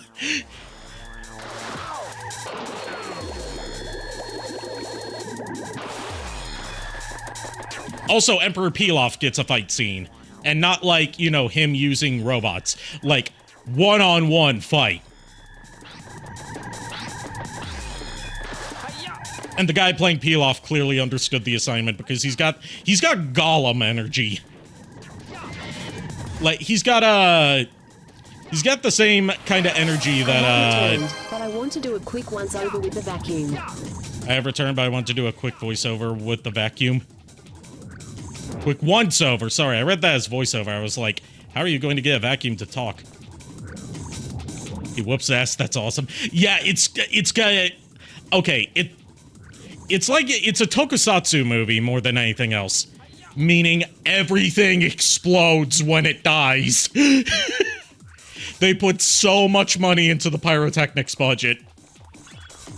And then clearly had none left for, Master Roshi's Island, which is just like a tiny little space with a cardboard cutout of a house, leaning against a wall, not even trying to look three-dimensional.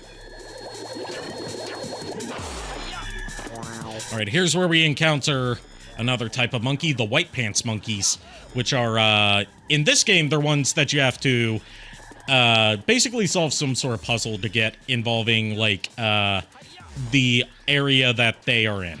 And in this case, it's, using the slingshot to knock them down and then quickly catching them.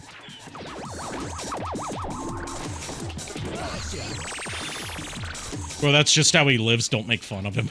Look, it's Korean, Master Roshi. He's a horrible person that needs to be in jail. I would say sentence him to life in prison, but he's already 300 years old. What's a life sentence going to last? He's clearly on another level than we are.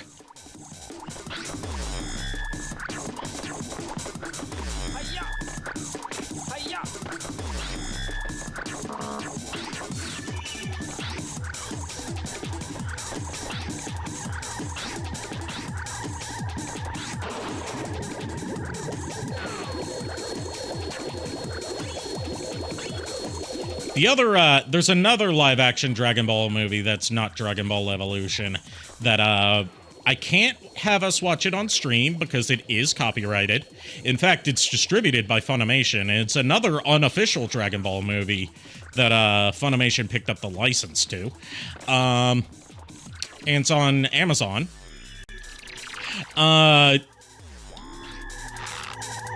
It is called Dragon Ball: The Magic Begins.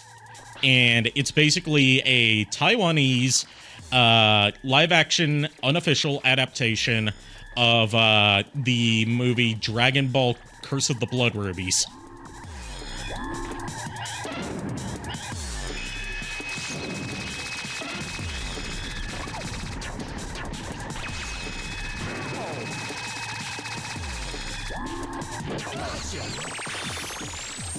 Yes!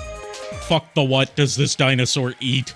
Brother has chambers in his stomach. I mean, we don't know how dinosaur anatomy was when they had their fleshy bits. We only have skeletons and fossilized shit to go off of. Dragon Ball: The Magic Begins sounds like a musical. You would think it is from the title, but it's more like, you know, a standard, not even standard kung fu movie, just like it's Dragon Ball with the serial numbers filed off, right down to using different names to avoid copyright infringement. Like, instead of Goku, his name's Monkey Boy. And, Monkey instead... Boy? Yes, Monkey Boy. And welcome back. To answer your question... Well, thank you. To answer your question, how am I going to get it back into talk? Like this! Stick 'em up. Tell me everything you know about Friday the 13th. Jason wasn't the killer in the original Friday the 13th. That's a common misconception. It was actually his mother. Fuck, he knows too much. You're heading towards the Ice Age. It will be extremely cold in this next area. Oh, and there's an aspect of Dragon Ball: The Magic Begins, at least the version that's on Amazon Prime, that JKR is going to love. It was dubbed by Omni Productions. Oh, God. Oh, jeez. You know, that sounds like something for like a community watch party night in the server. Community watch party, yes, because it's still copyrighted under Funimation. Right. Or nowadays it would be under Crunchyroll, but still, the point stands. I can't just stream it. But it's on Amazon Prime. I believe it's free to watch with a Prime subscription. Which I do have. And I have as well. Okay, cool. So yeah, we're in the Ice Age now, so the timeline's already a little bit fucked, considering we went from the dinosaurs to early civilization to the period where everything was overflowing with water to the Ice Age. We fucked up the order of history. Hey, Ari, what killed the dinosaurs? The Ice Age!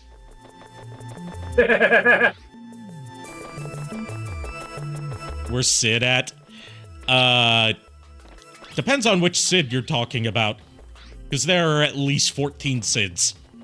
Not counting Sid with an S from, the movie Final Fantasy Spirits Within.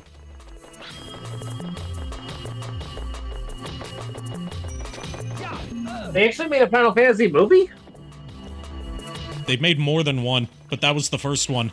And its colossal box office failure is the reason why Square Enix exists. Because, if Enix hadn't merged with Square, Square would have gone out of business due to how much they spent on Spirits Within and how much it lost at the box office. Oh, jeez. Because Square basically set up their own movie department to make that movie. Instead of, you know, outsourcing it to another studio. Yep. And they had some, like, granted, they had some ambitious plans for, movies going forward. Like, they had some really photorealistic models for the time that were also motion captured. And, they were planning on licensing out the model, that they used for their protagonist as a digital actress. Which, when you think about it, it's basically a precursor to VTubing. Yep.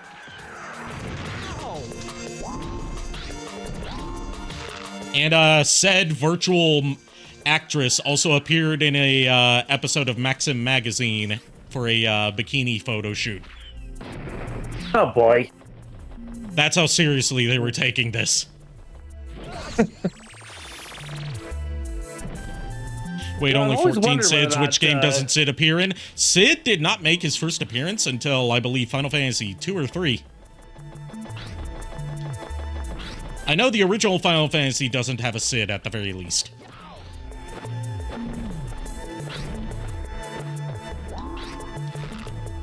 And of course, we're not counting spin-offs.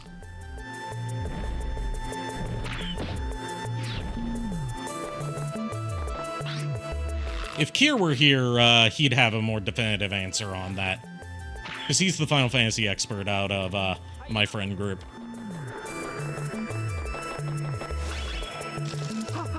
I don't know much about Final Fantasy II, other than the fact that it has the worst stat leveling system in the franchise.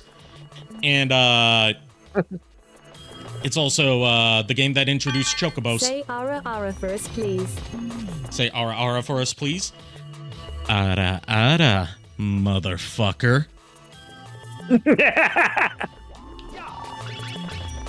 I had to pay my tribute to Kiryu Koko. May she... I would say rest in peace, but she's not dead. She's just been reincarnated.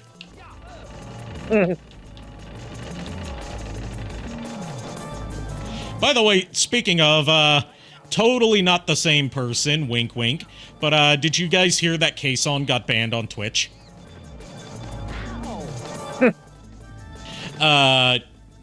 She got her very first Twitch ban, and it was because she was streaming, like, some trashy, like, bottom shelf Steam games, and one of them had an uncensored drawing of a penis in it, and that got her banned. Oh boy. Is this, I can't remember who Kason is.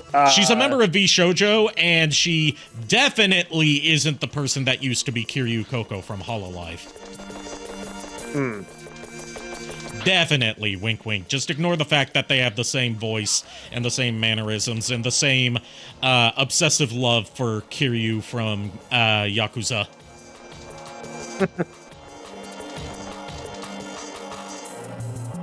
And that both of them are very proud of being busty.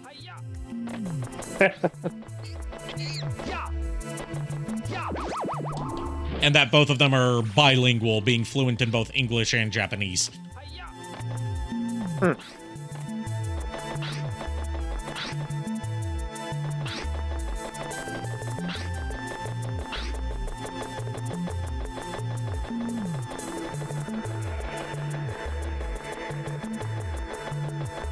Just like Henya from V Shoujo is totally not the same person as Pikami from Voms. Nico said thanks for the reading. Tell him I said he is welcome.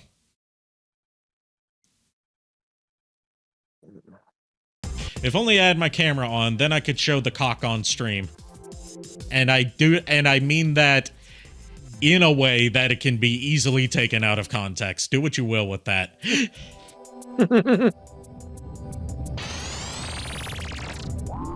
It's the one time I'll be able to show a cock on stream without getting banned.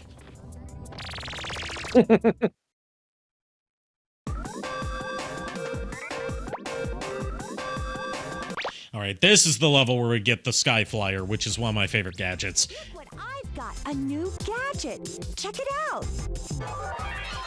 I have a chicken. It is one of those, like, screaming rubber chickens that you see in a lot of meme videos. Nico got me one of those for my birthday. And it's blue. Well, good luck and be careful. And I had to, there was some assembly required, and it gave me my arm workout for the day. So yes, I did get my arm workout for the day from messing around with my cock.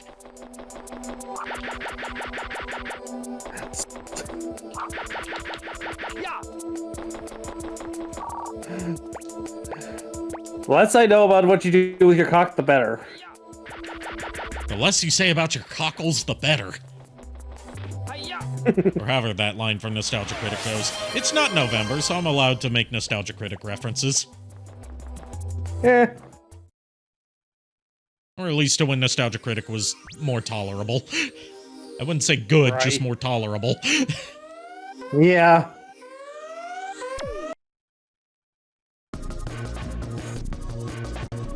Because I was gonna say, like, him being good was questionable.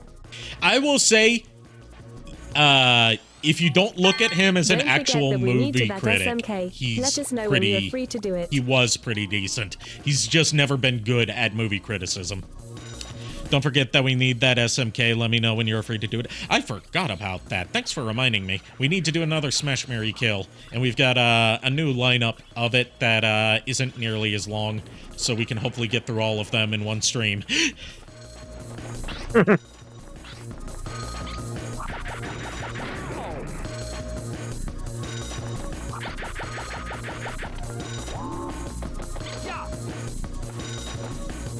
Was he ever tolerable? He was if you were, like, in middle school at the time that his videos first came out.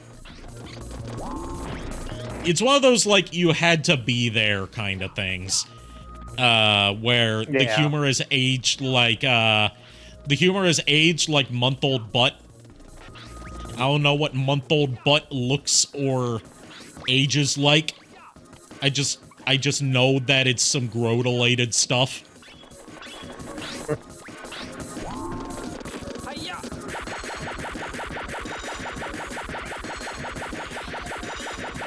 Like, it's very early internet humor when we didn't have standards. Yeah. And the entire idea of someone making a show to review and or criticize and or satirize movies from their own home and, like, do it on a consistent basis and make a whole, like, recurring show out of it was a novel idea. Nowadays, anyone can do it. If you've got a phone, you can make YouTube videos. Entirely on your phone. Mm-hmm.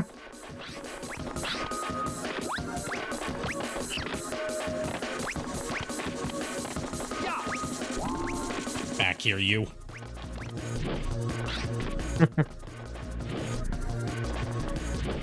There we go.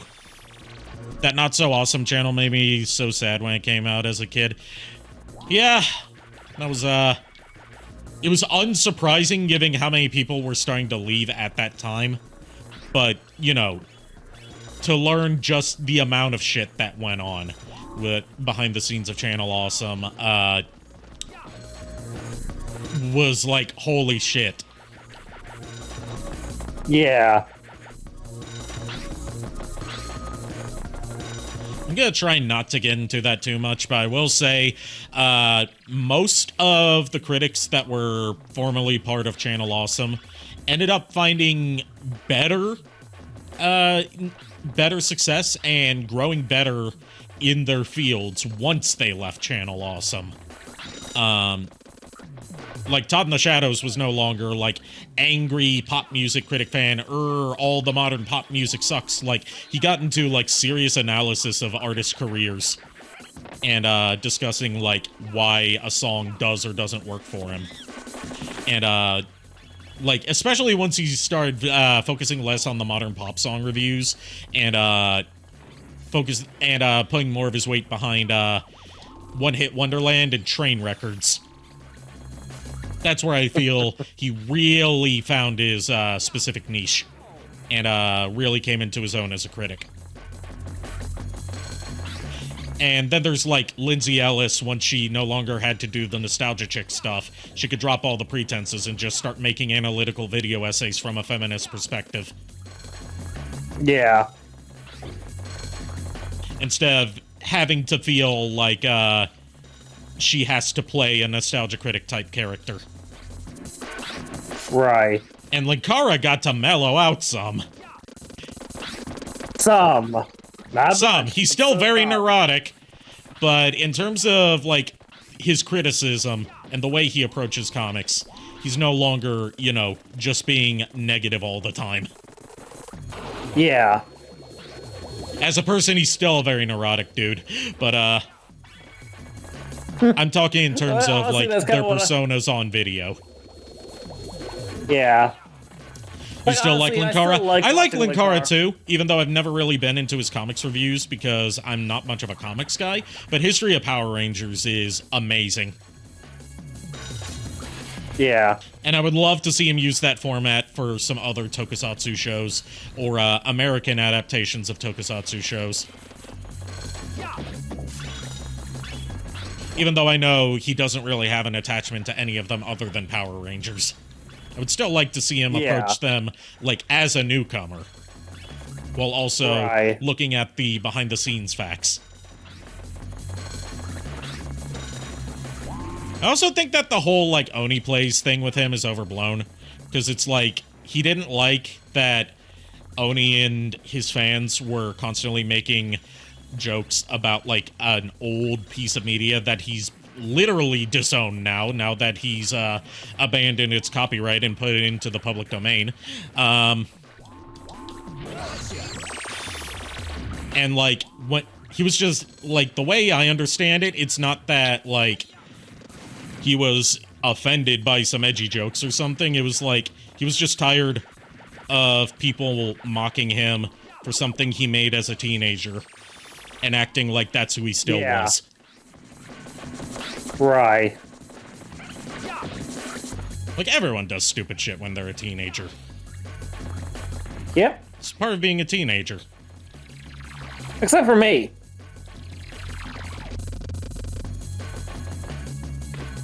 I didn't do any stupid shit when I was a teenager. Anybody who says otherwise is lying. Not until we find, not until we, get the inspector on the case to dig up some dirt on you. I'm told that he's always on duty. I'm also told that, I'm also told that he enjoys building brown bricks with Minecraft.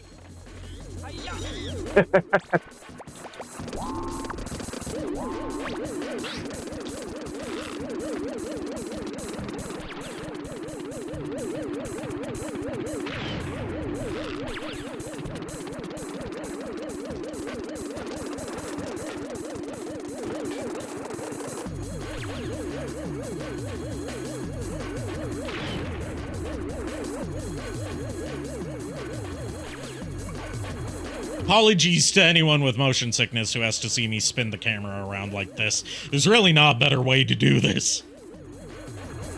To my knowledge, there's probably like some speedrun strat. But I have not looked into Ape Escape speedrunning. Oh, the UFO exploded and I lost track of where the monkey went. That's what the monkey radar is for.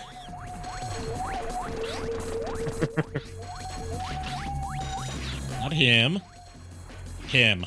There we go. This way.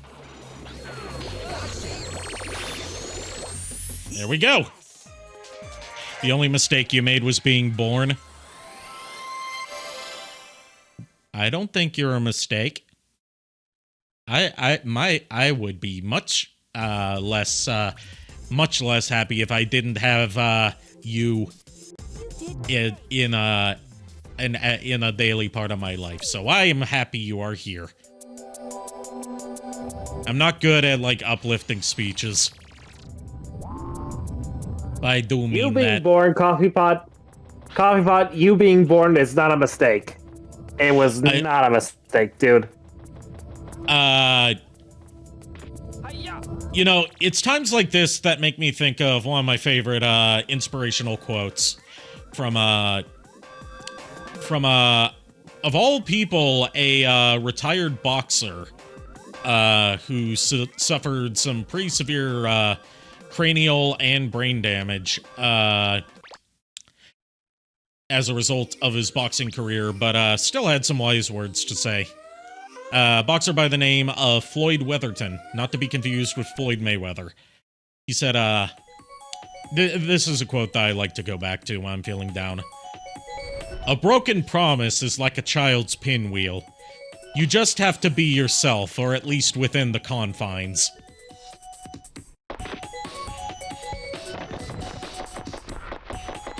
Did I mention he had brain damage? Did I also mention that it was a bit from Family Guy?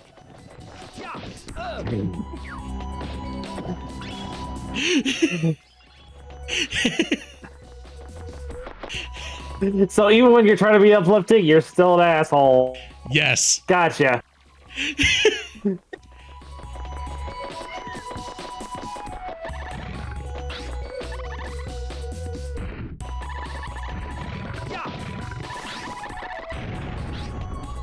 That's actually really understandable and relatable. That's the weird thing about it.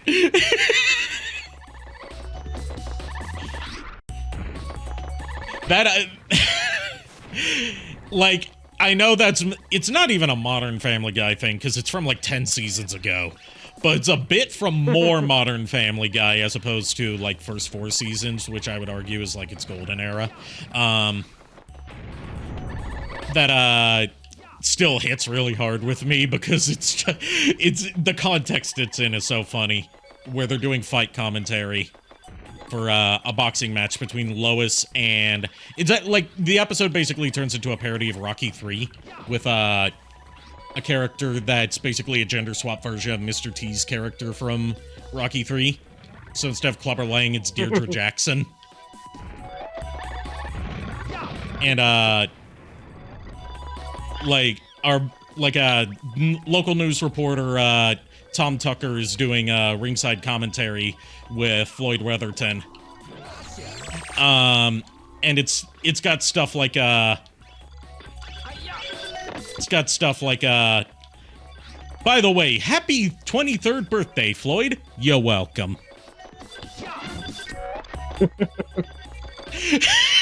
Like, it doesn't click with you for a second to be like, wait, no, that's not how that goes.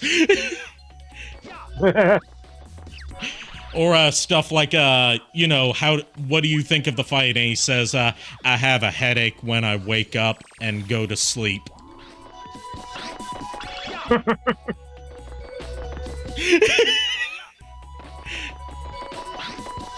And, like, asking him further thoughts on, the fight, and he says, my Puerto Rican wife got fat. God damn it.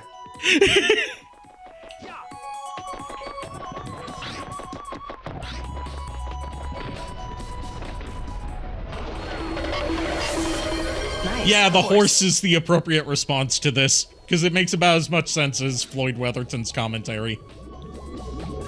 Look it up if you haven't seen it. It's a great bit that he appeared for, like, a little bit in a Halloween episode, apparently, that I missed out on. Where, like, Stewie and Brian go trick-or-treating at his house, and he says, like, some incomprehensible stuff to them instead of, you know, anything related to trick-or-treating. And then he puts a lamp in front of them and says, like, something like, thank you, come again, or something like that. I can't remember.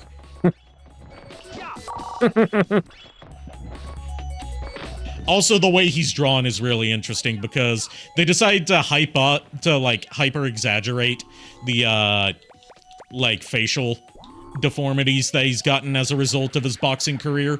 So, like, every angle that he appears at, his face is, like, sticking out in multiple directions, but it's different directions every time he turns his head. So, like, when he's head on, you know, pun intended,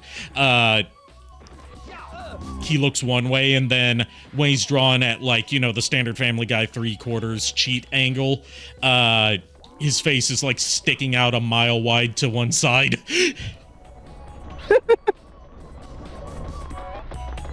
It's a great bit. One of the few great, more modern Family Guy bits. I mean, this is basically a nostalgia stream for me, and that is part of my nostalgia. So it's technically on topic. Yeah, fair enough. The best kind of on topic. Also, I'm gonna switch to first-person mode. What's that up there in the sky? It's a bird. A Aurora Borealis. At this time of year, at this time of day, in this part of the time stream, localized entirely within your live stream. Yes. May I see it? No. Well, Ari, I must say, you are an odd fellow, but I must say, you steam a good ham. Help! Help!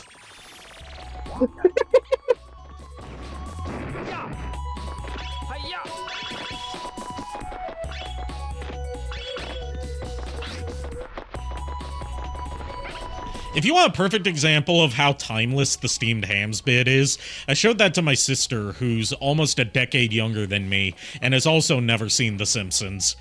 And she still found it hilarious.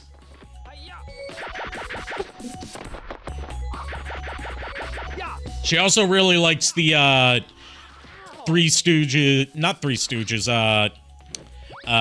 and Costello, not Who's on First, 7 times 13 equals 28. She likes that. Oh, God. Yes! Oh, wow, I completed this stage without even going to the hot springs area. I've never done that before. Oh. That's a whole upper area of the stage that I didn't explore on my first run-through.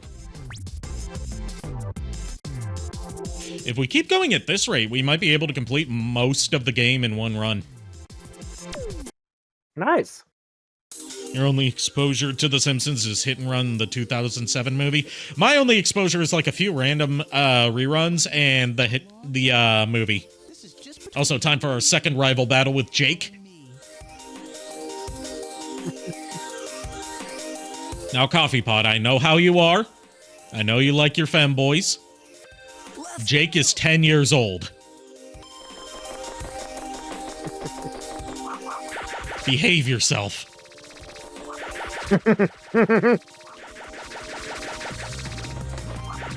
I'm saying that because it's like I don't want anyone being like, "Oh, I found my new toy," and then find out, "Oh, he is a child." Yeah. You weren't thinking that at all? Good. You have better taste than a lot of people, apparently. And that basically just cost me the entire race. Oh, shit. Yeah, this race is a lot harder than the first one, as you would expect. Yeah, I've lost this one. But you can retry, which I didn't even know you could do until now. By the way, Coffee Pod, you'll be happy to hear the name of a voice mod for, not like the voice mod program, but a mod for the voice lines in Shadow Generations that I stumbled across.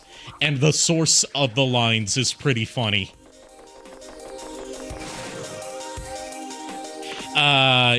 Basically, it replaces a lot of Shadow's, in-game grunts and other dialogue with some very sus-sounding, out-of-context outtakes that were, like, on the disc for Sonic Boom Rise of Lyric from an earlier stage where it seems like Shadow was supposed to be playable at some point. Like, lines that went unused in the game, but are still on the disc. And they sound very sus out of context. And the name of the mod is Whiny Femboy Shadow.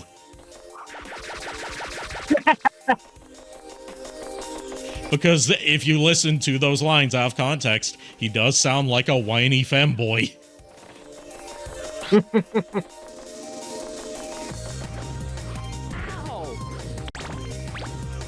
retrying this until I can get it on the first try. These have all been practice runs. It's not an actual try until I actually win. Keep telling yourself that. Shadow is canonically a bratty bottom. I mean, at the very least, he's a power bottom. At the very least, he's a power bottom. Definitely a bottom. Just not sure whether he's just bratty or if he's a power bottom. I'm not versed enough in the top and bottom discussion to have a specific take on it. He can be both? Okay. Yeah, there is often a lot of crossover between those. I've also seen someone describe G1 Megatron as a power bottom. You know, I actually can see that. Because he is... God damn it, I almost made it to the end in one. But I missed that jump. But yeah, G1 Megatron can be described as a power bottom because he's constantly barking orders from you while he needs someone else to hold him and pull his trigger to make him useful.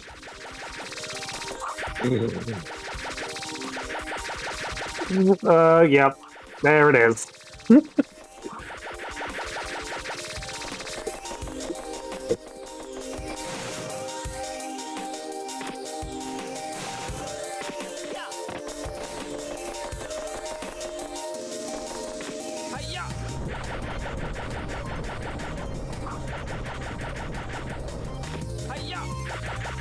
Kick his little twerp ass. Oh, just you wait until we get an actual boss fight against him. Instead of just these races.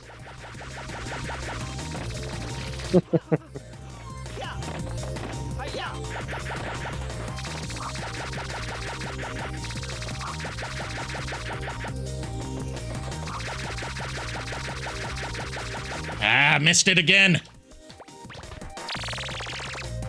I want him to feel pain. That unfortunately we don't get to kill him because he's our best friend. He's just been brainwashed by Spectre. But he does at least get some pain.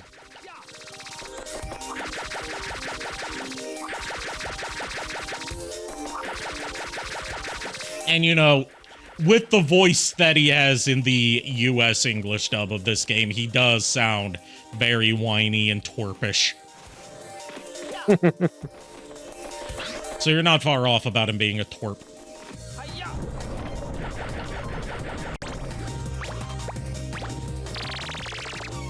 That's lame. If I was the Ape Escape kid, I'd kill me. Him. For the record, the Ape Escape kid in Ape Escape 1 is named Spike.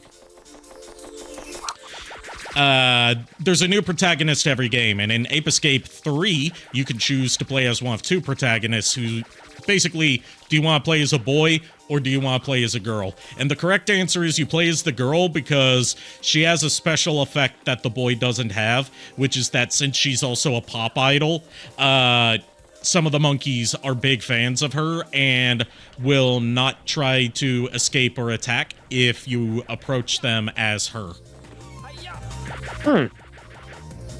Whereas if you play as the boy, you get no special bonuses because fuck you.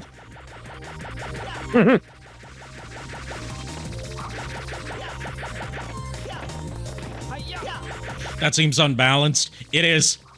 It's intentionally unbalanced. Like, I've heard theories about what special bonus you get for playing as the boy. Like, people say, like, oh, you jump higher, or your attacks hit harder. I haven't seen any evidence to prove that. Let's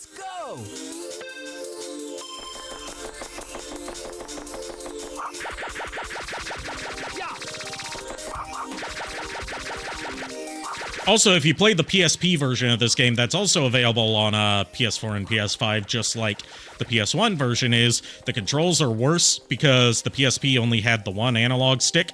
So they worked around it with the analog stick moves you, and then pressing any of the face buttons not only switches your gadget, it also uses the gadget.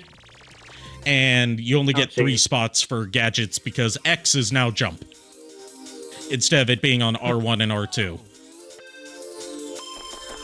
But it also has improved graphics, improved performance, longer load times, unfortunately, due to the UMD having slow-ass long load times. It was a pretty shitty format, all things considered. And brand new dub with a more faithful script that is less, like, machine translated, and some professional voice actors, including one of the only times you'll hear D. Bradley Baker voice a villain. That's not just a monster. And also one of the few times you'll hear, one of the few times outside of Digimon that you'll hear Joshua Seth. Because in the PSP version, he voices Jake. Oh, nice.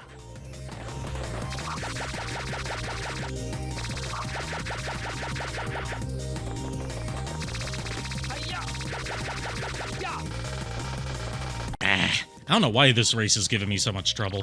Man, if only Sony would remember this franchise. You joke about that, but, like, they remember it so poorly that when they finally put Ape Escape 2 on PS4 all the way back, like, a decade ago, when they were announcing their new PS2 on PS4 initiative, they put the wrong version of Ape Escape 2 out to the world. Like, they put the European version that that now runs like shit.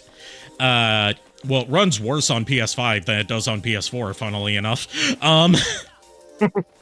But on PS4, due to it being a PAL region 50 hertz game that's now running at 60 hertz due to modern technology, the physics are broken. Damn. And you're also stuck with, you know, a bunch of random British people doing the voices instead of the cast of Pokemon and Yu-Gi-Oh! Doing the voices.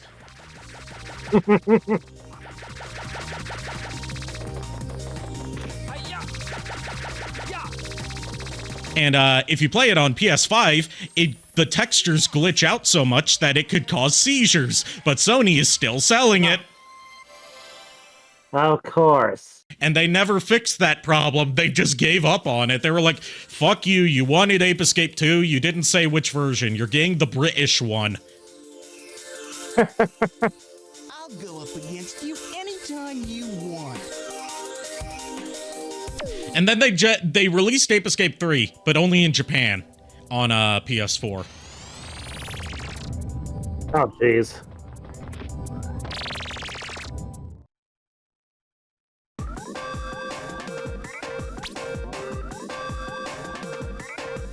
All right, time for our next time period, Medieval Mayhem, which is where we get into, as the name says, the medieval period.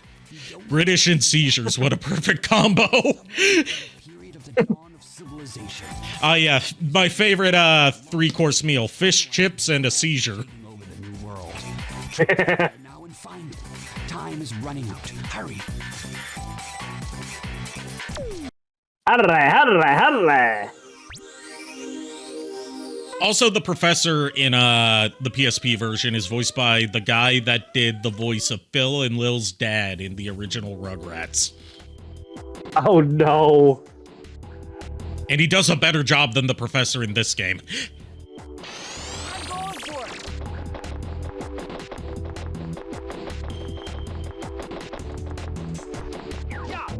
it. Like, overall, the performances in the PSP version are not bad at all. They're a genuine improvement over the performances in the original PS1 game. It's just the cheesy voice acting of the PS1 version kind of adds to its charm. Yeah. And there's a lot of debate in the fandom over whether the UK dubs or the North American dubs are better. Everyone seems to agree that the North American dub for Ape Escape 2 is better, but Ape Escape 1 is where people are split.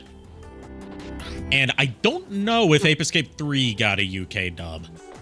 Ape Escape 3 is an interesting case because it has some voice actors in it that you would not expect to be in something as, you know, admittedly low priority as Ape Escape.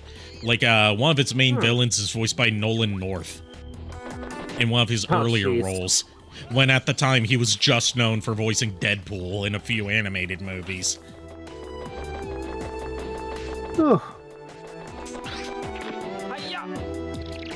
It's funny you should have mentioned Nolan North because I was when I was working on my fan casting for like a Decepticon Empire, one of the bots that I chose for Nolan North to like the bot I chose for him to voice was Guy Hawk from the Breast Force.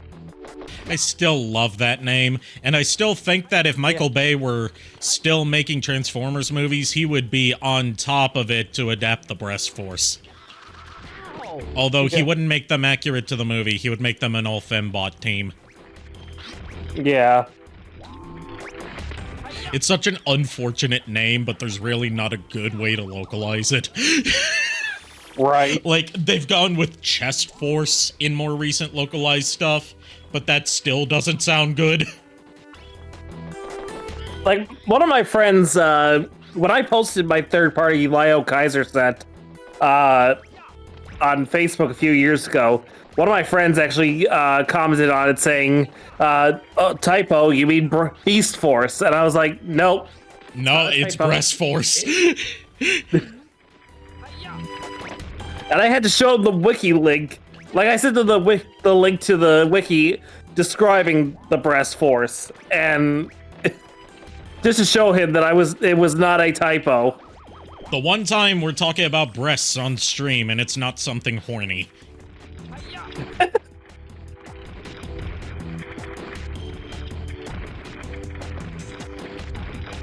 Oh, you want to know who I cast as Leozak? Yes. Will Friedle. Ooh, interesting choice. The reason I went with him is because I was watching The Legend of Vox Machina recently, and he voices a character called Cashaw in there, or just Cash. So I figured, you know what, that kind of voice, like the attitude that he gives as Cash, kind of like the tone of voice he gives in that performance, I think actually could fit for Leozak. Like, the Breast Force are a hard group to try and do, like, an English fan casting for, because most, if not all of them, have never had official English voices, outside of the Omni Productions dubs. And those don't count. Those do not count. Unless you want... Well, technically, they did more with Six Shot than Hasbro did, than Hasbro and Sunbow did. Yeah. Like, their Six Shot had more lines, so it's the more... It is the more definitive Six Shot than the one from, the finale of, G1. G1, yeah. Like, I remember, like, in fucking, in the US for G1, Six Shot was characterized like a cowboy. He's like, I'm down, just like shooting 7 ducks in a barrel. Whereas in Japan, he's a ninja consultant of the Decepticons. The ninja consultant of the Decepticons. And another detail that a lot of people miss or don't know about with the Omni Productions dub of the Japanese Transformers G1 series is Six Shot, according to them, is not just one person. Everyone in the Six Clan is named Six Shot. And every Six Changer is named Six Shot. So characters like Great Shot, that's also Six Shot. And I know, like, like the Legends comics, the Legends manga, actually, just kind of... Six Shot, more like Back Shot. Ayo! But yeah, like, in the, apparently originally, Great Shot, it was alluded to be, like, there were rumors back in the day.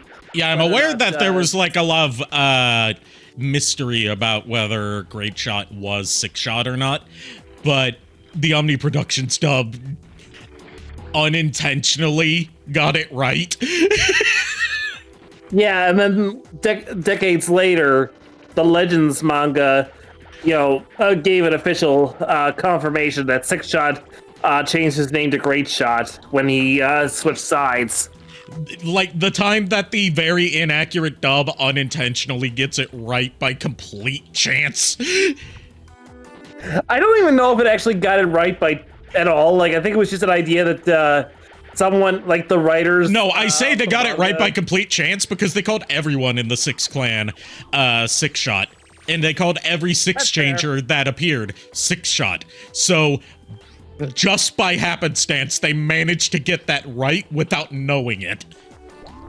Okay, that's fair.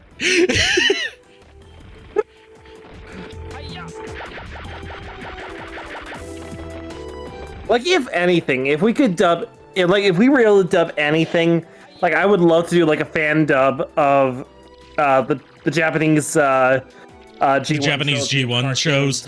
Yeah, the problem with that is it's a lot more long form and would require a lot more in-depth editing. Just putting together those dubs of a couple scenes from Transformers the movie took a while because I had to place all the music and sound effects correctly. Oh right, yeah, I forgot. You have to also consider the voice. Not just voice work, but also the music timing and everything, sound effects. Yeah, I'd have to get good rips of all the background music that's used in each series, as well as I have all the sound effects from the Japanese shows, but I have to make sure that each specific sound effect is placed at the right time. I don't technically have to do that, but I want to be accurate. Like, I've seen fan dubs of shows where there's no clean rips of the BGM improvised by using stock music, which is basically what a lot of American dubs would do back then. But you know me, I'm a perfectionist. No, I get you. I like to make things harder for myself. The thing is, I'm in agreement with you on that. For something like this, I would love to be able to give it the best possible product as we possibly could. Unfortunately, that also means that we would be putting a lot of work on you, which this is why I want to pick up editing for myself to see if I... Yeah, I would recommend taking at least one editing course at your college. Yeah. If you can find one. I'll see about it for next semester. It could just easily be an elective. I can also point you towards a good, pretty full-featured editing software that's free for most uses. The paid version just gets you some extra stuff like AI upscaling that you're probably not going to use. Yes. Okay. In fact, it's one that a lot of people are moving towards in favor of abandoning, the monopoly that Adobe has on stuff. But I haven't moved towards it because I like Adobe Premiere too much, no matter how many times it crashes on me when I try to put in one specific transition. Oh, yeah. And it's a specific transition that's been broken for at least 5 years, and they still haven't fixed that bug.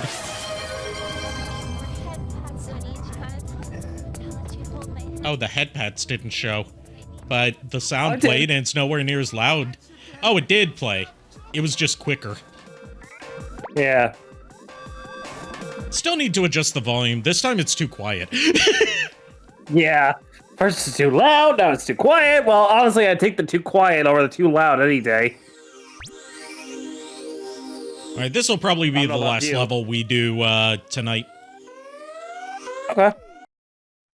Because we've been going for about 2.5 hours. And, oh, yeah. Now, here's a high-pitched sound only you can hear. Can you tell that we're in China?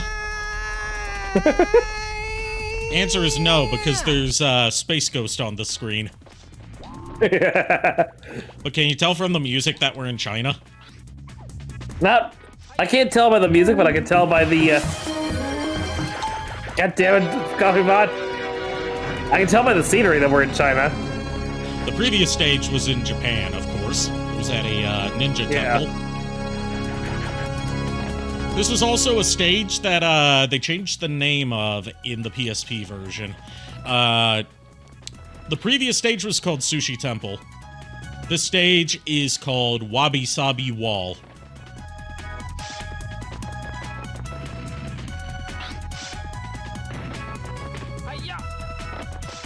Hiya! Holy Fit Chunnan from Sonic Unleashed. Oh my god, that name. Yeah, this is some Chunnan from Sonic Unleashed ass music. Except it's more drum and bass.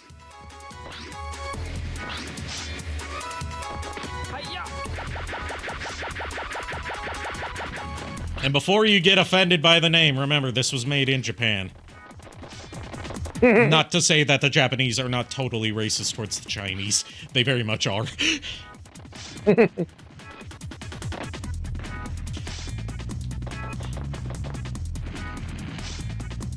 Like, basically, the way that, from what I understand from, like, how anime shows present stuff and how manga presents stuff, they present Japanese and Korean people the same way that most American shows portray, like, any Asian immigrant person, where, like, they speak with a heavy dialect in broken, well, in this case, it would be broken Japanese.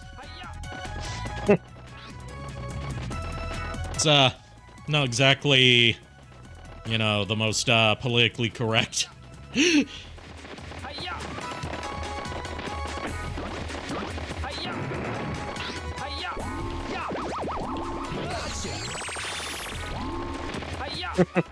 Like, if you want a perfect example that also carries over into a dub, look at the original Rumble Roses.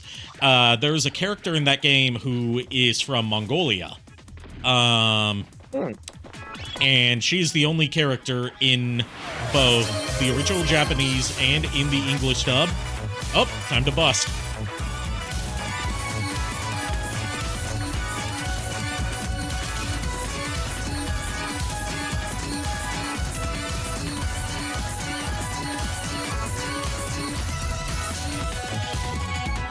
That was a little bit off tempo there.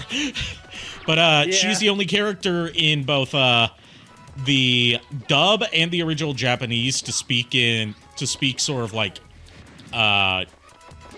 you know, typical bad dub foreigner speak. Where, like, I haven't heard it in the original Japanese, but I know that has to carry over. But in the English dub, like, all the Japanese characters and speak perfect English in the dub, whereas the one Mongolian character is like, I not lose, I cannot lose. Or, one of my favorite lines from her, because it's weird in context. Cowgirl has teats greater than my sheep. Drink your coffee, Ari. Okay, I'll have my coffee. This is cold coffee because I didn't get to drink out the coffee before I left. So this is like 3-day-old coffee. Have I? Have a good night, Coffee Pod. Have a good night, Coffee Pot. That's not to say that this is a cup I prepared 3 days ago and just now drinking. It's just, it's been in the pot for God damn it, Lulu! Thank you, Lulu. We needed some godliness on this stream after talking about cowgirl teats and the breast force. And talking about the cock that I got for my birthday. Alright, 3 more white monkeys. White monkeys are always puzzles. In this case, you gotta catch them while avoiding the weights dropping down whenever they hit the gong, and they go in and out of these little, like, trapdoors and pop out of other ones at random. Bells will ring, ting-a-ling, ting-a-ling, as a bell bing, more.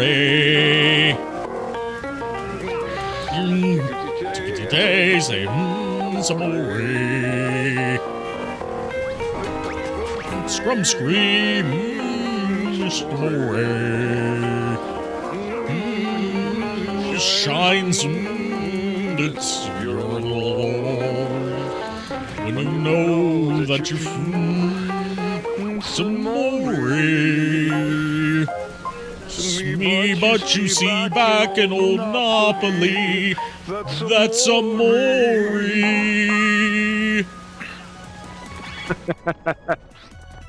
Rest in peace, John Dacre. Absolute legend. Yes.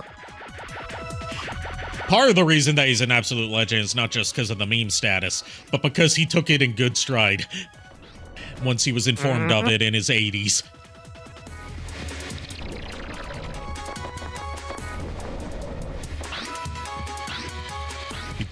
He took it like a champ, which is the best way that any living meme can accept their meme status. Yep. Well, the best way is, you know, taking it like a champ without trying to aggressively monetize it and basically run scams. I'm looking at you, Haktua girl, running multiple scams at once off of the Haktua branding. Oh no. Off of a meme that was never good to begin with. Yep.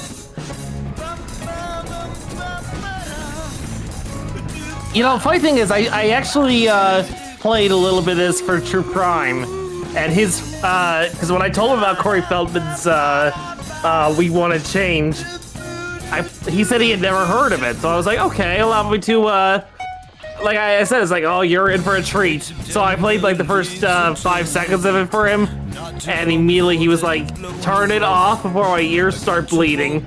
The rest of his music's not much better. There's an infamous music video of it. Not music video, but like TV show performance of one of his songs he did that sparked like a decades-long mystery that had people thinking that whoever ran the TV station inserted like some snuff film footage, but it turned out to not be that. Basically, like, he was doing a performance of one of his songs from the era where he was trying to be the white Michael Jackson. Right down to dancing aggressively while he sang, or should I say lip sync, because you can tell he's not actually singing because the mic is nowhere near his mouth half the time. And like partway through, when he does like an sound, it just abruptly cuts to some grainy, low-quality black and white footage of a naked woman bound to a bed and writhing, like she's, you know, trying to escape. Oh, boy. And people are like, what the fuck is this? Where the fuck did it come from? Did someone sneak in, like, you know, serial killer footage in there? And it turns out, no, it's from, like, some exploitation film from the 60s that starred Yoko Ono. Oh, jeez. From before she met John Lennon.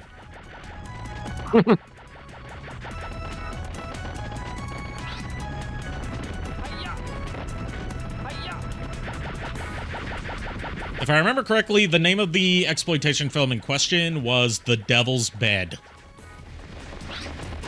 Oh, jeez. And when I say exploitation film, it's pretty tame for an exploitation film. It's just like, oh, there's light bondage elements. How scandalous. Oh, jeez. Because, you know, it was the 60s, and their idea of exploitative and shocking content was pretty tame compared to more, you know, even just getting into the 70s exploitation films.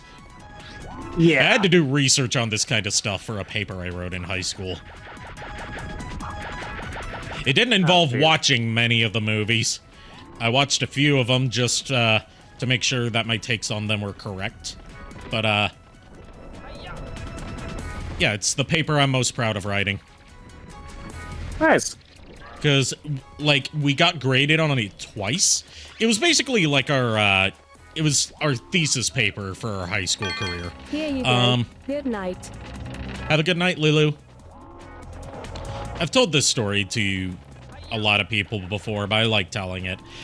Basically, it had to be a persuasive essay, and had to be on any specific thesis topic that we wanted, as long as we had a persuasive argument about it.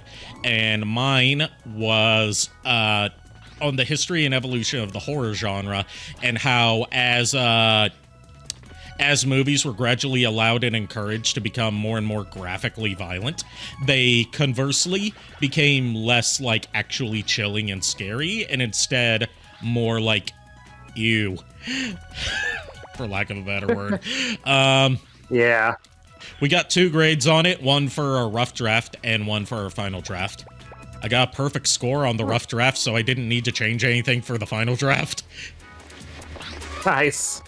So I got 2 perfect scores on it, and my paper was the longest out of everyone in the high school.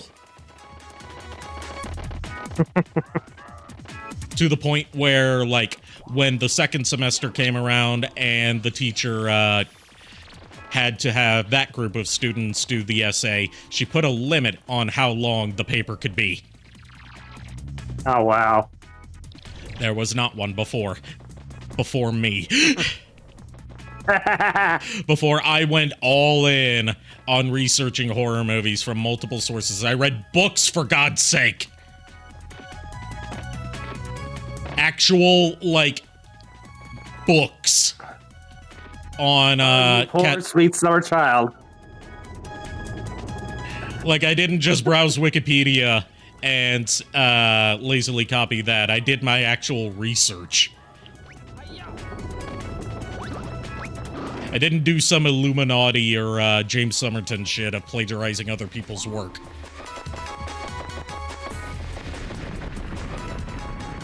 Ugh, excuse me. Hi. Well, obviously, I didn't plagiarize other people's work, but what I'm saying is, like, I did more research than people who have made a career off of making video essays have, and it was just for a grade in high school. Yeah. Because that's the kind of stuff you can expect from me if I'm told to research a topic that interests me. Yeah. And make, you know, a specific point about said topic, as opposed to just, like, detail the history of such and such thing. Like, no, if you get me into, like, the editorializing stuff, then you can expect a lot of word vomit from me. In the best way. Not like, you know, yeah, lazy high schooler trying to pad out the length of their essay by using big words they don't know the meaning of.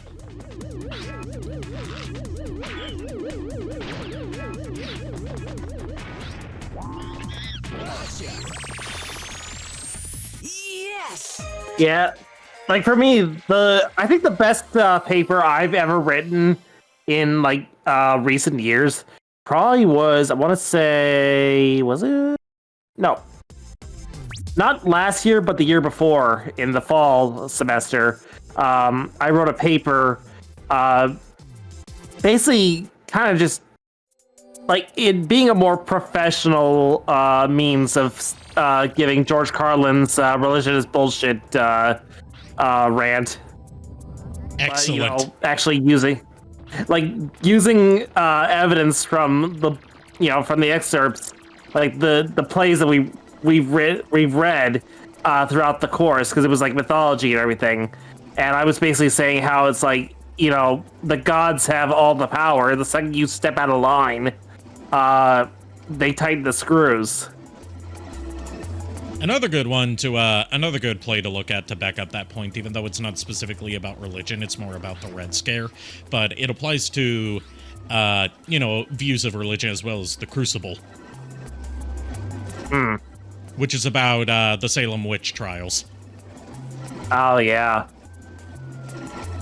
But it's using the Salem witch trials as a metaphor for the Red Scare and, you know, the Hollywood blacklist. Yeah. Anyway, we got one more minigame unlocked I'm going to show off before we call it a night, which is Spectre Boxing, and it's the worst minigame, because it controls like ass. Not like month-old bud, but like straight-up ass. And not good ass, like Taylor Swift ass, negative booty, concave ass. Oh, jeez. So flat it might as well be a 2D sprite. Ass.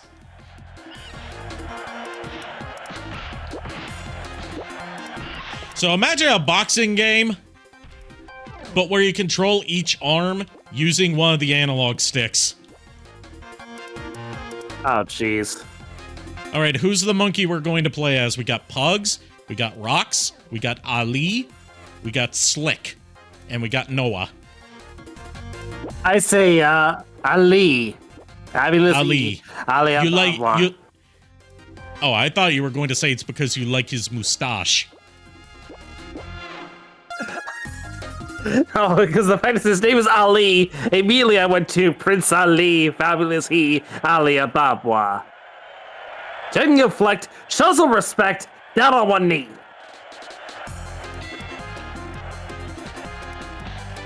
You can see that this controls like ass, don't you?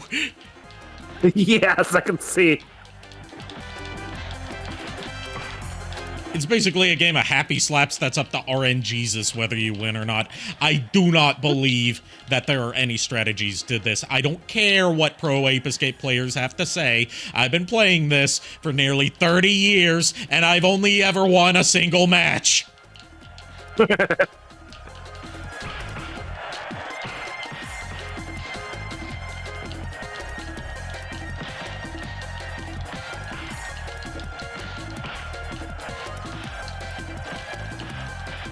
Mike Tyson's Punch-Out, this is not. Come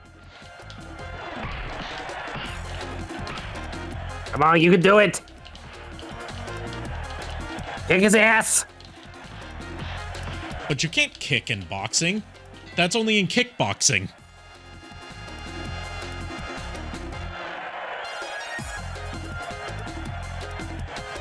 Does this look like kickboxing to you? No, this looks like two people waving their spaghetti arms at each other.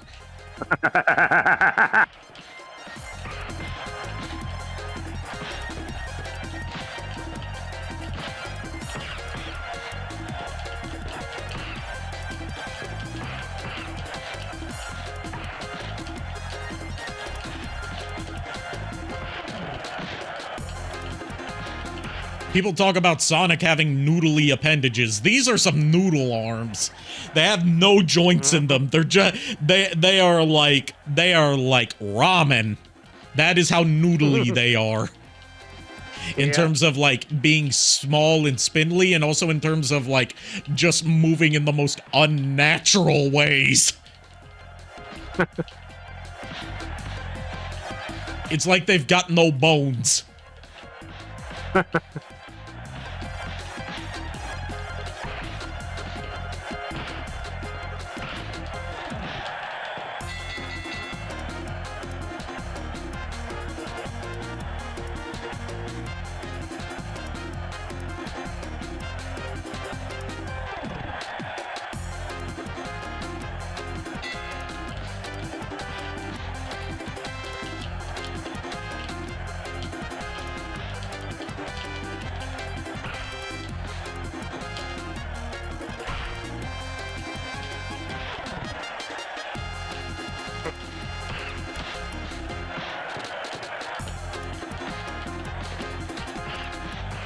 Speaking of recent boxing stuff, and you know, shitty boxing in general, do you think that one of these monkey boxers could beat Jake Paul in a boxing match?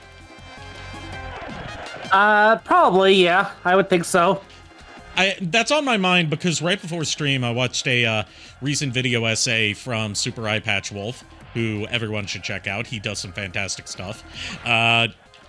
About, like, why Jake Paul keeps on winning all the boxing matches that he has, and it's not because they're scripted. I think I might have actually won this. Holy shit, I won. I won while not paying attention. So this is the second time you've won this, Yes, this is the second time I've won a match in the entire time that I've been playing this game. And I'm going to call my I'm going to retire early. Yes. I've got one win under my belt. I've got one win. I've got a 1-0 streak, so I am undefeated, brother. I retired with a 0 losing streak. I retired undefeated. Don't ask me how many boxing matches I actually was in. Just look at the fact that I had 0 losses by the time I retired. Oh yeah, we can also look at some of those Monkey Encyclopedia entries before we save and end tonight. Monkey book. Because there's like, there's some interesting stuff in the descriptions and some of the names. Like, let's see. I believe it's on Dark Ruins. We get a set of monkeys. We got Stan. We got Kenny. That's not him. Whooshy. We're missing Kyle and not Cartman, Kratman. That's a South Park reference. Fucking Yes, shit. yes it is. Considering South Park had just come out, yes. Oh, jeez.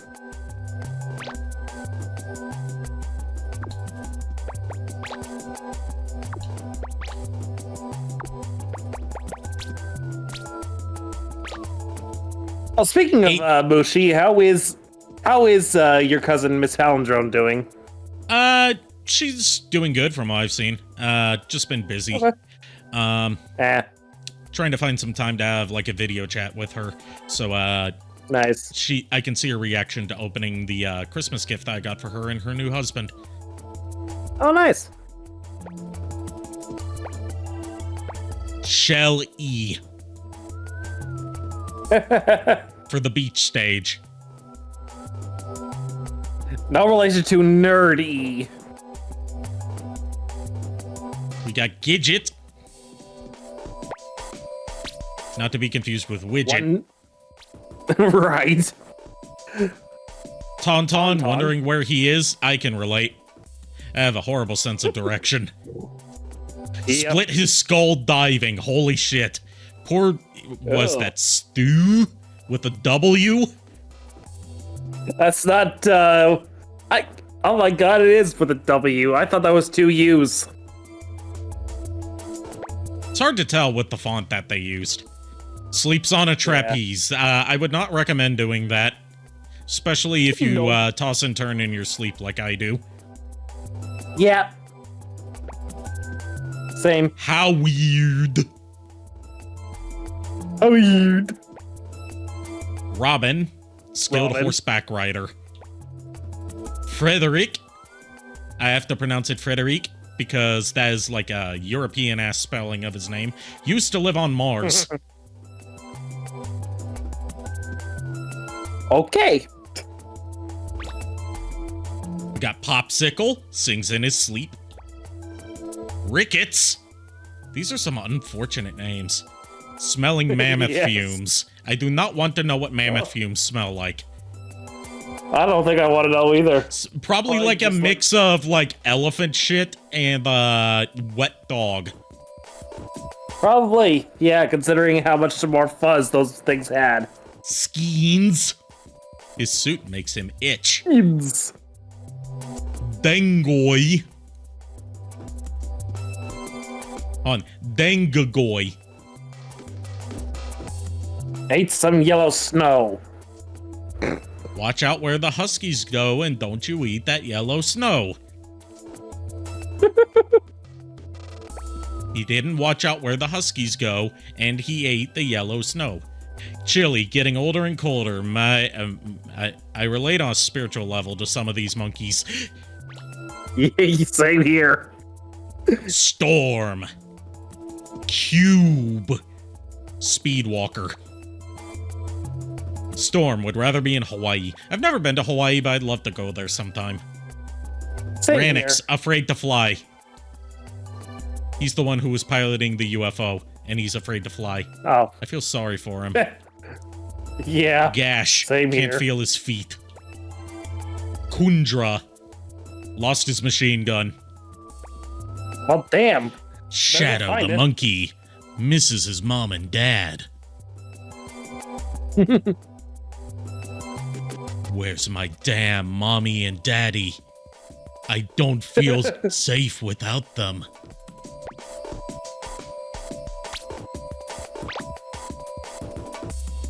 Taku, gangsta rapper. Raka, slick DJ. Maralia, rocking VJ. Oh, VJs are something that I haven't heard about in a while. Outside of, well, VJ has a different meaning in some African countries. As I found out from Who Killed Captain Alex. Like, VJ used to be like, you know, a DJ is a disc jockey. A VJ was a video jockey. It was basically what MTV called the hosts of their music video shows in their early days. Oh, okay. VJ, in its more modern context, as it's used in a lot of African countries for some of their movies, is video joker, where it's basically someone that provides comedic commentary to the movie that's going on. I see. Think like Mystery Science Theater 3000, except it's part of the actual movie instead of people making fun of the movie after the fact. Oh, jeez. Not saying that, because that's a slur. Hurt playing superhero. Voti, always getting in trouble. Queltin, can't wait to go home. Why do I relate to so many of these monkeys? Faldo, like strawberry shakes. Minky, Zen Master. Zobro, stuntman in karate films.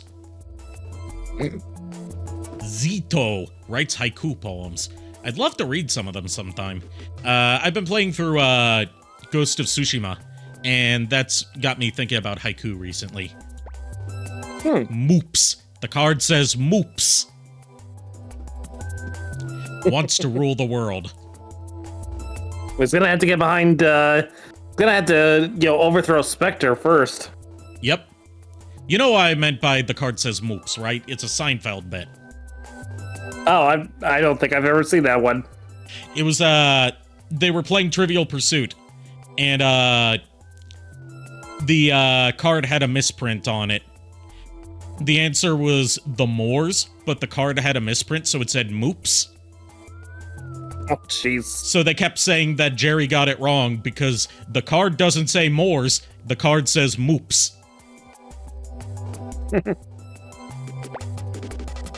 Zanabi hasn't planned his future. Same here. Doxes. Yeah. Caged for his protection. Well, if you've been doxed, then being caged for your protection is a good thing to have. Buddha, looking for the true path. So we have racist, we have slur names, and now we've got blasphemous names. This is the 90s. Yep. Kong gets lonely at the top. Well, he's not King Kong. Nah, he's just a Kong. Yeah. He's just an average Kong. A peasant Kong. A serf Kong. Given that's the medieval period.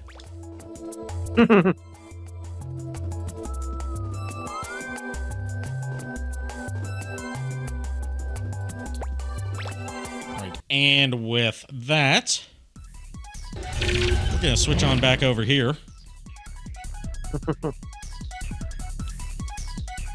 And we're gonna raid, see if there's anyone from my team to raid tonight.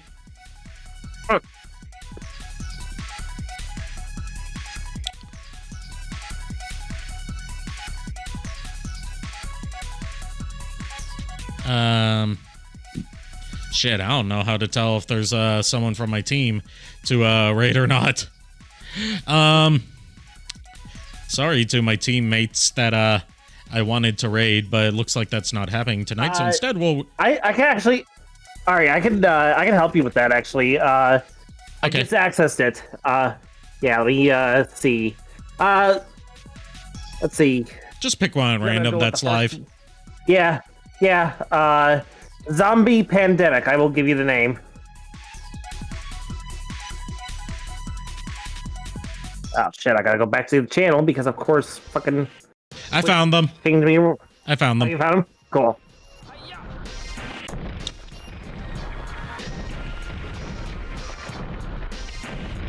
All right, we're going to raid Zombie Pandemic, who is tell what game they're playing, but they're playing with some friends.